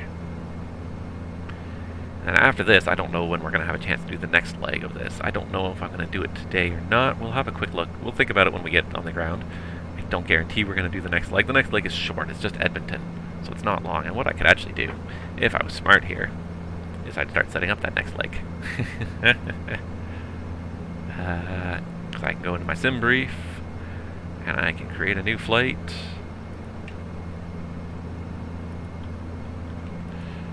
And I can put in some information. So if you guys have never seen this before, and I feel like most of you probably have, but it amazes me, I still run across people who have never seen SimBrief. SimBrief.com. And it is such a realistic flight planning system. At the end of the day,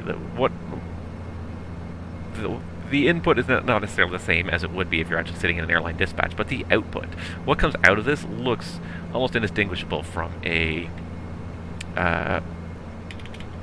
real-world airline flight plan.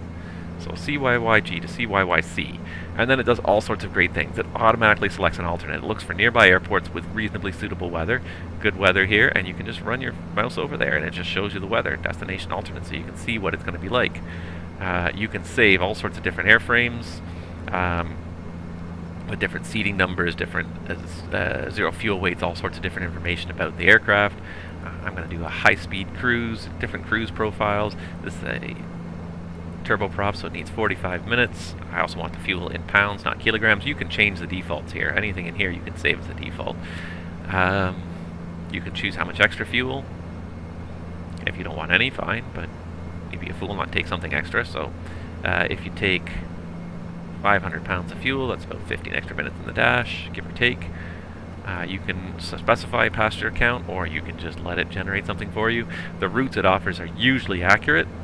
I think we came to this conclusion last time, though, that it's not the ad box arrival, but we need the flame arrival. So we can open our route finder, find SID stars, flame 6.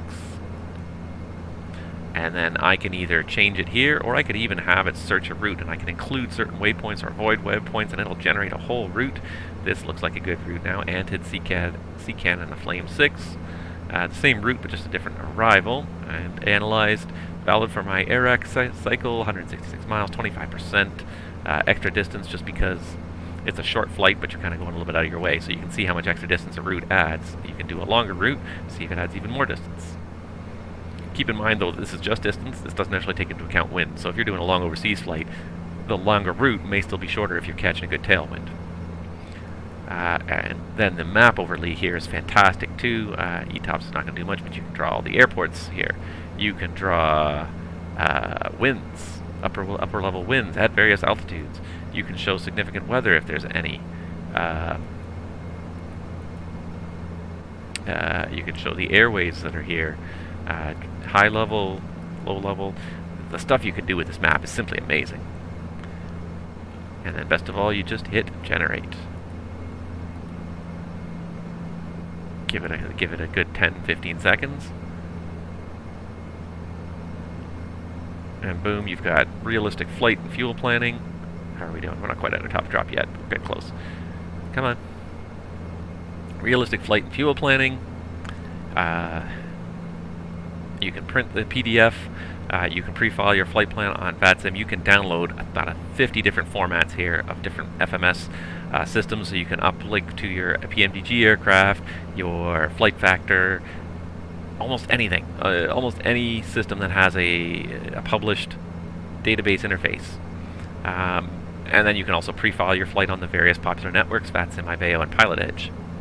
Simple, effective. You can save it to reuse later. Just a fantastic system. System status, just to give you an idea though of how popular the system is. The system status page is always neat to kind of see. It takes a little while to load it because there's lots, but it tells you how many people are currently online. 360 users. We're pretty much killing the computer here. 20 to 85% power.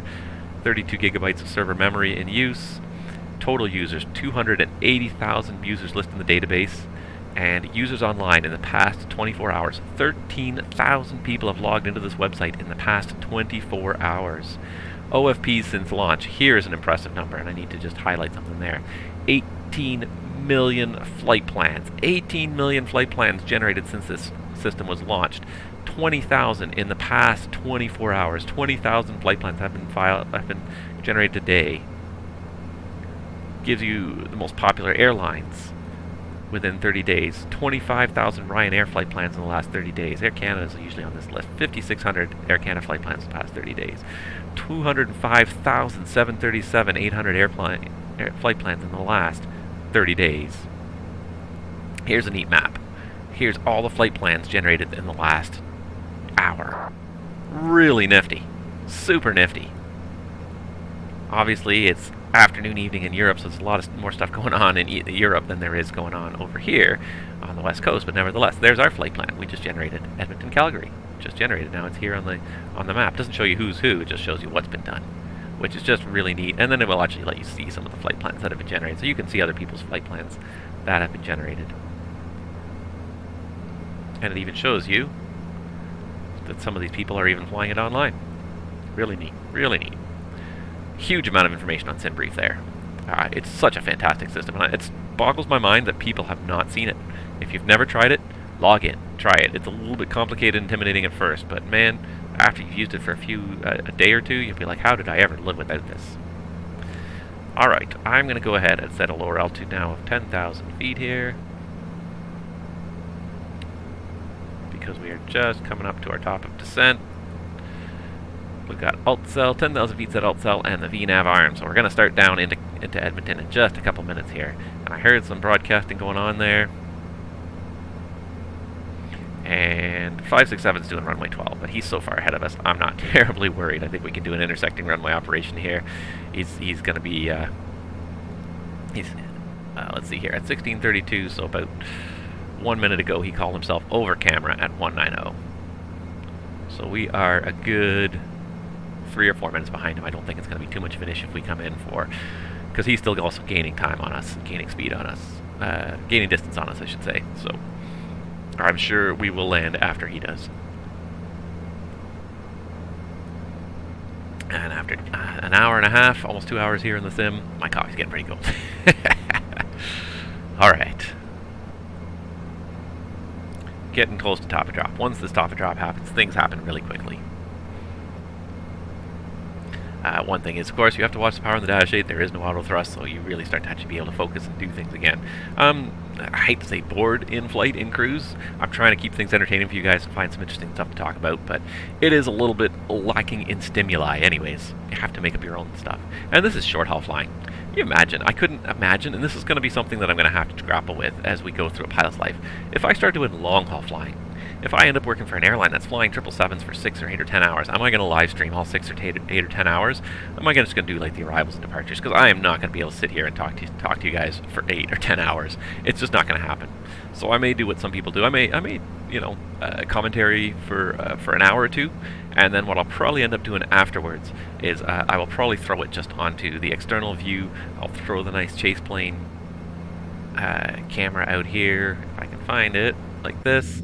And I'll just end up just leaving it like this for part of the intermediate phase of flight anyways, because I don't think I can really... Oh, are we starting down? Yep, down we go. Alright. Good thing I noticed that pitch down. Bring the power back here, because I won't be able to sit here for talk to you guys for 8 or 10 or 12 hours. I will go insane. You guys won't want to listen to me for that long, so I'll probably end up doing more of that sort of cruise things. But for the shorter flights, for anything less than 2 hours, I can definitely spend the 2 hours in the flight deck with you guys here. As we bring the power back a little bit, we are going to have to trim a little bit more to counteract the reducing thrust. We put the trim in to counteract all that high thrust, and as the thrust goes away, now we have too much trim. I don't even see this guy's contrail anymore now. He's got to be at least 30 miles ahead of us now.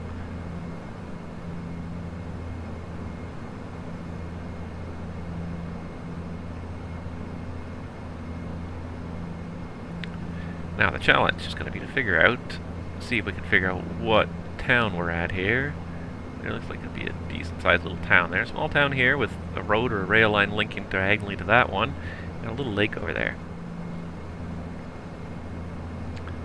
If I had a few minutes here, I should have played Name That Town.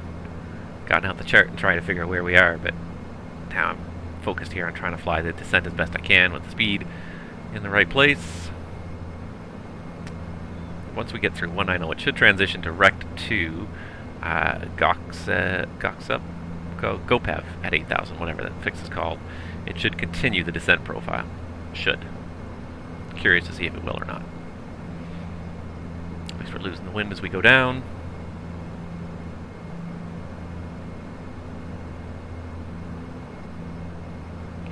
See, and it wants the next, yeah, see. So we're going to do a VTO, to GoPev at 8,000.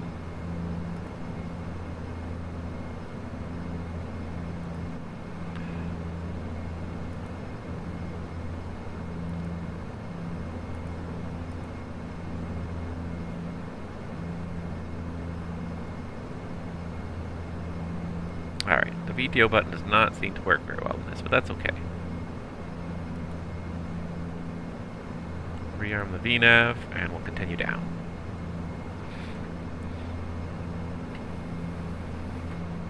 There's VNav path again. If I was calling this out and I didn't have my FO muted, he'd also respond by saying check to all of my different calls here, but anyways. How far are we back from Edmonton now? We're about 40 miles back from Edmonton, so if we make a call, we're probably still not going to be heard on the network. But we'll just make a little quick type thing here on my side window.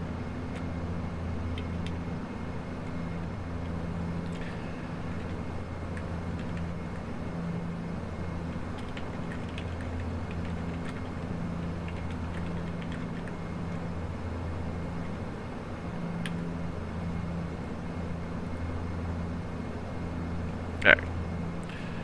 And pump that power just a little bit, see if we can just keep it just below the red line there. And there's transition, and I don't even have 3039 on the meter. So this is now going to cause us to pitch down. 3039, we're going to need to get the power back. It's just going to pitch down pretty aggressively for a minute there to catch that red line. Or to catch that, the pink line there.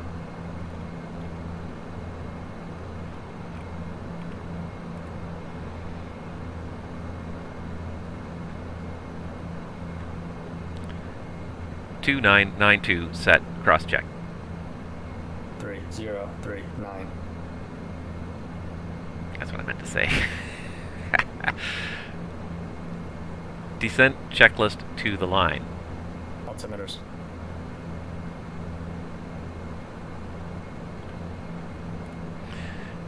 (3039) set, cross check. 3039 set, cross check. Fuel balance.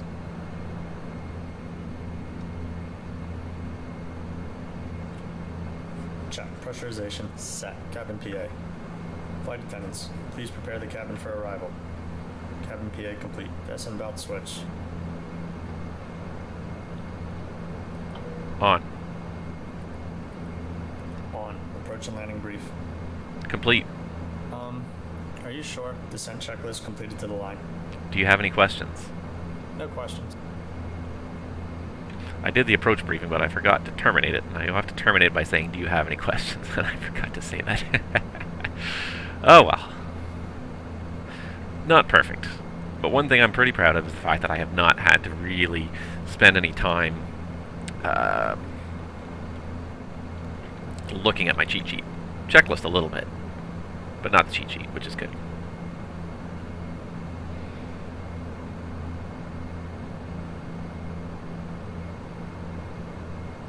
Now why did it go so far below the VNav path here?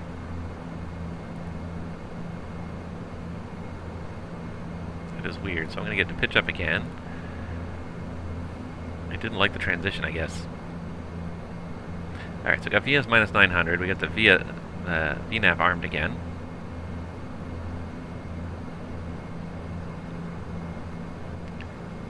And here comes the V-nav path. Hopefully it should track it.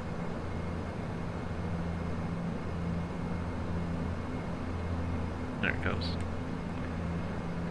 Below the line.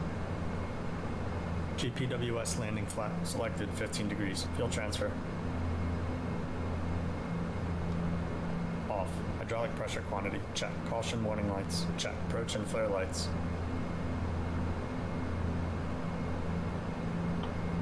On. Ref speeds, switch bugs.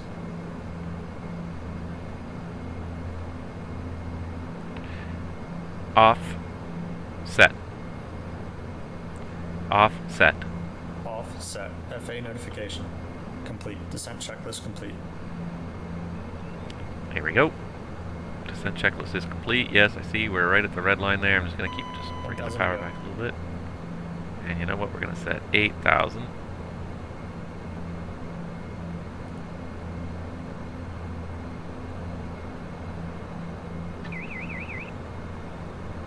That's pretty much idle thrust there.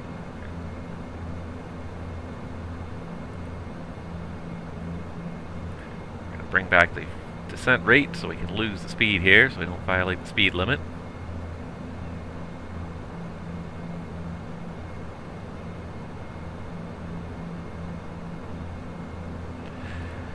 And back to VS minus 2000.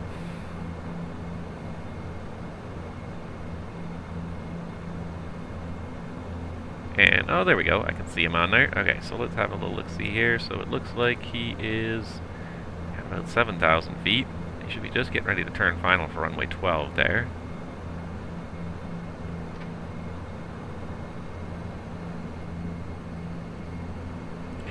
To go. And we're within 20 miles of each other, so I should be able to make a broadcast on voice unicom. Checked.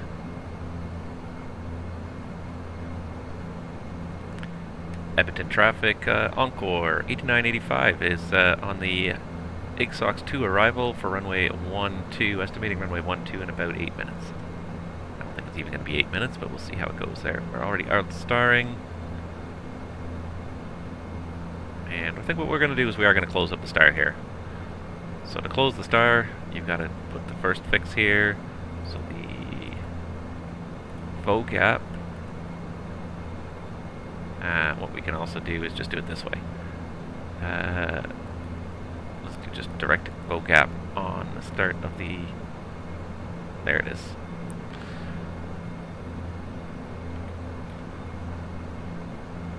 And what we're going to do, well, we leveled off and we had no power, so we're going to need some power first so we don't stall. 5,000 feet at alt cell VS minus 1. Let's call it minus 1,500 here. There we go. I'll have to keep an eye out for this guy here.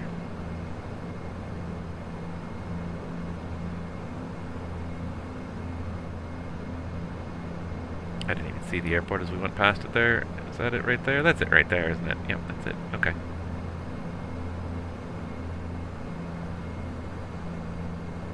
Alright.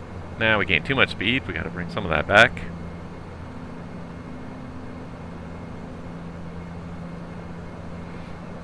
And I just noticed that our FO has got nothing that resembles what we're doing here, so let's get him to cross-fill the flight plan really quickly. And then he can do a DTO as well, to...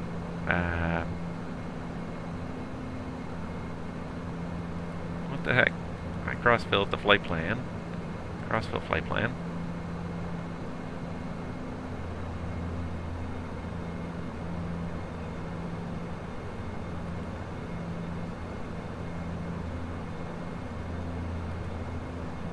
Alright, he's just going to go direct to Gabbitt and it'll pick it up there.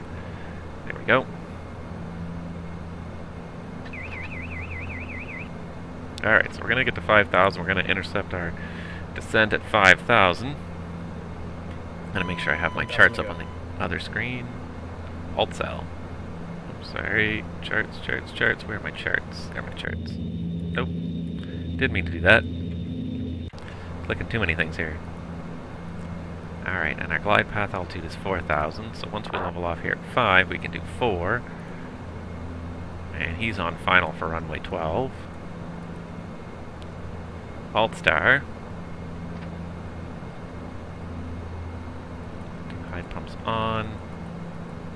And I'm going to call 4. Flaps 5. Flaps 5.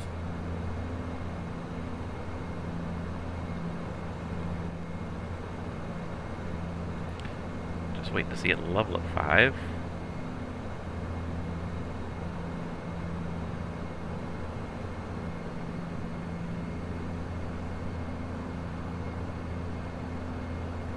Alt, perfect. So now we're going to set the lower altitude. Should be able to arm the VNav, but it doesn't look like it wants to work here.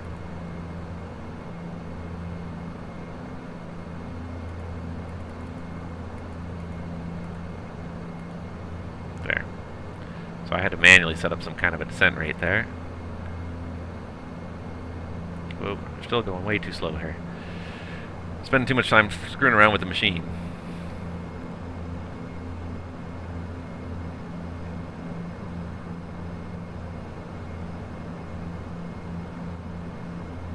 There's heading 200. There's VNav path. There is the final approach. Okay, the other airplane's on final there. He's a little bit ahead of us. Edmonton traffic, Encore 8985 is 10-mile final, runway 12. Correction, runway 20. 2500. Gear down, reduced NP. Gear down.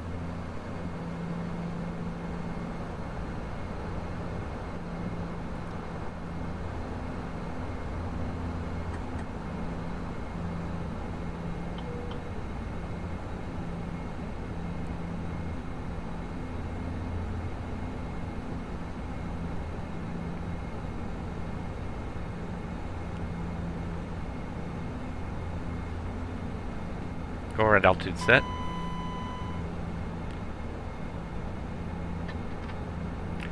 Flaps 15 before landing checklist. Flaps 15. Landing gear. Down, 3 green. Down 3 green. Condition levers. Max. Max. Auxiliary standby PTU pumps. On. Leads. On and min. FA notification. Complete. Flaps.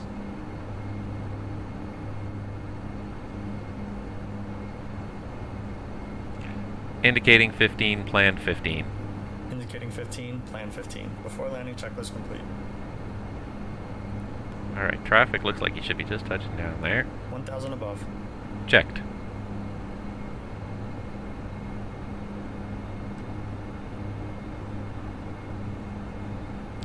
Just gotta get the speed back to ref, towards ref here.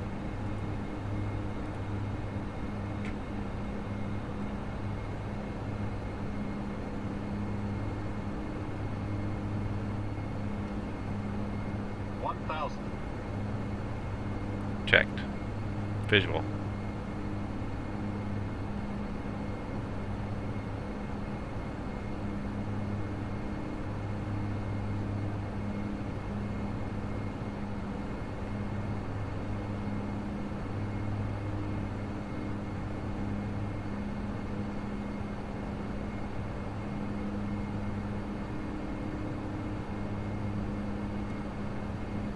Edmonton traffic, Encore 8985, short final, runway 20. I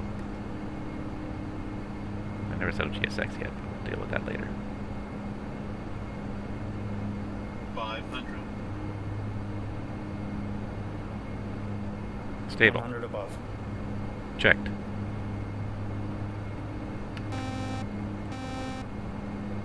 Disengaging the autopilot. Minimums. Runway in sight, landing. In sight, landing. Landing? Check. There we go. That's what we wanted to hear.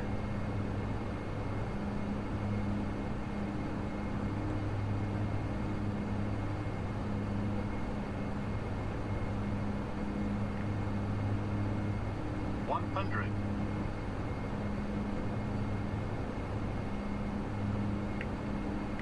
50, 40, 30, 20, 10.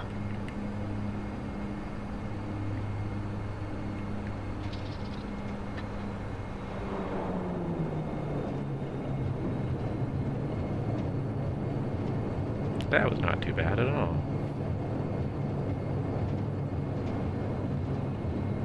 Nice thing about the dash is in a long runway, you don't even need the brakes. Just throw it in disc, a little bit of reverse, just let the speed bleed off gently.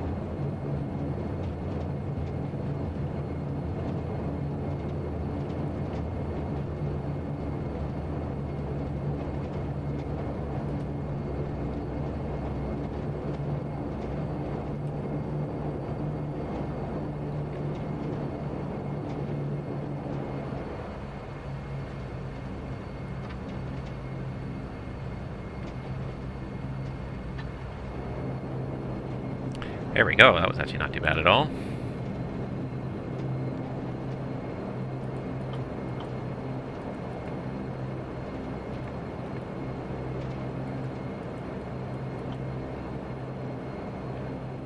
After landing checklist.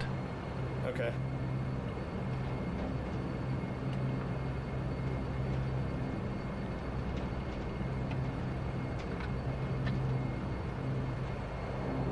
Element to traffic on Corridor 95 is exiting on Bravo 2 from runway 20, taxiing Bravo to the apron.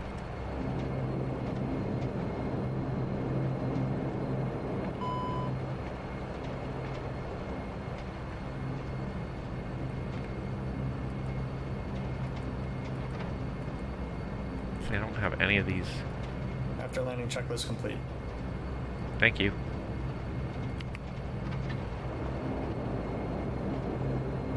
Try it again and see if, I don't know, maybe it's under, maybe it's under parking.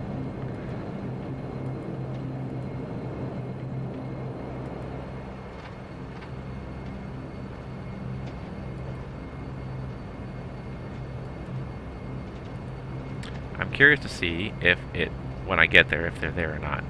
So this guy should have started the APU, he did. So because I set it up in the briefing ahead of time, we did set it up.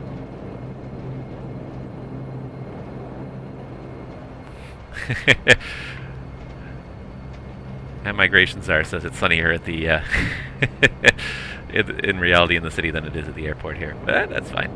Actually, it doesn't look too bad out here. It's a nice sunny day there. I see the sun. Alright, that is just the ice protection. So I'm curious if, because they're hard stand parking and not gates, if they were marked as parking and not gates. So I'm curious to see if I'm going to see anything when I get over there. Just curious.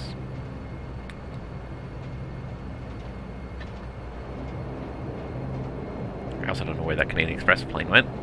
He's around here somewhere. Oh, and one thing I was going to do today, I almost forgot. Single engine taxi, alright, so you do condition lever 1, start feather. So normally you do that as part of the after landing flow. Make sure the hide pumps are on and start a timer. Because you always need to, regardless of what you're shutting the engine down for, you need 30 seconds with it and start feather before you shut it down for the engine to just cool to a bit of a normal temperature. Now, is that... Where's my zoom key?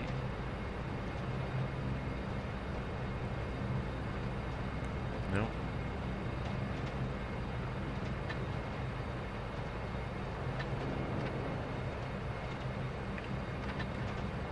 Alright, there's 30 seconds, and that's it. Fuel off.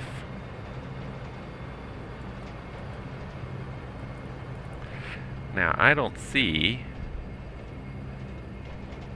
too much going on over here, so we're just going to go ahead and see if we can find the right parking spot over here.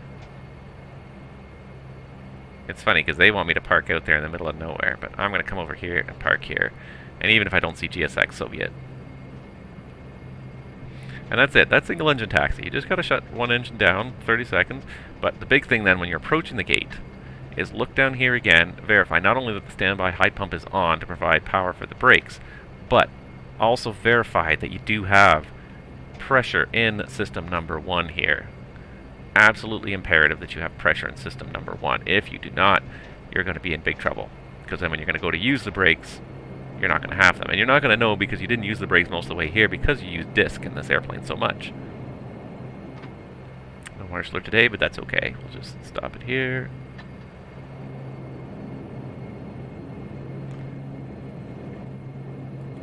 But there, the taxi in single engine is really not unreasonable.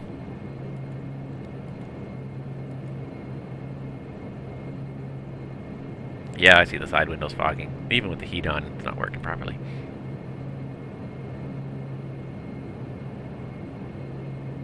I totally don't remember what it is here.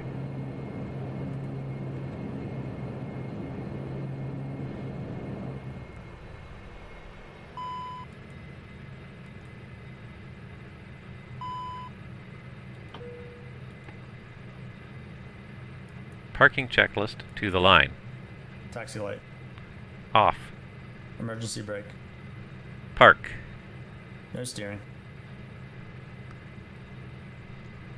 Off. Standby PTU pumps. Off. Power levers. Disc. Condition levers. Start feather. Transponder. Standby. Fasten belt switch. Off. Bleeds. Off.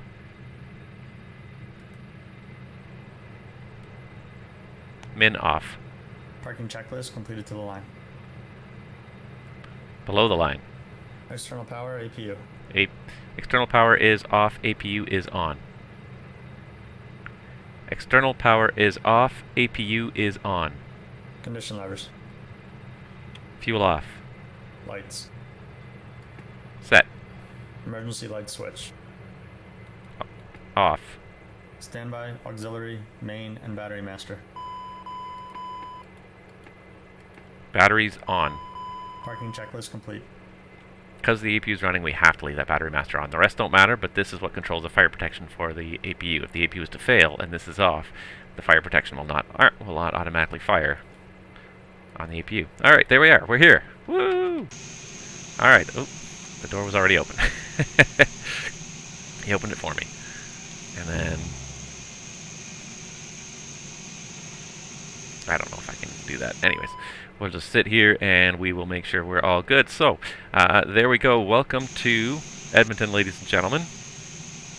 Another flight successfully done, and it should be registered right here, and it did. It flipped over here, and look, Encore 8985, Regina, Edmonton, complete.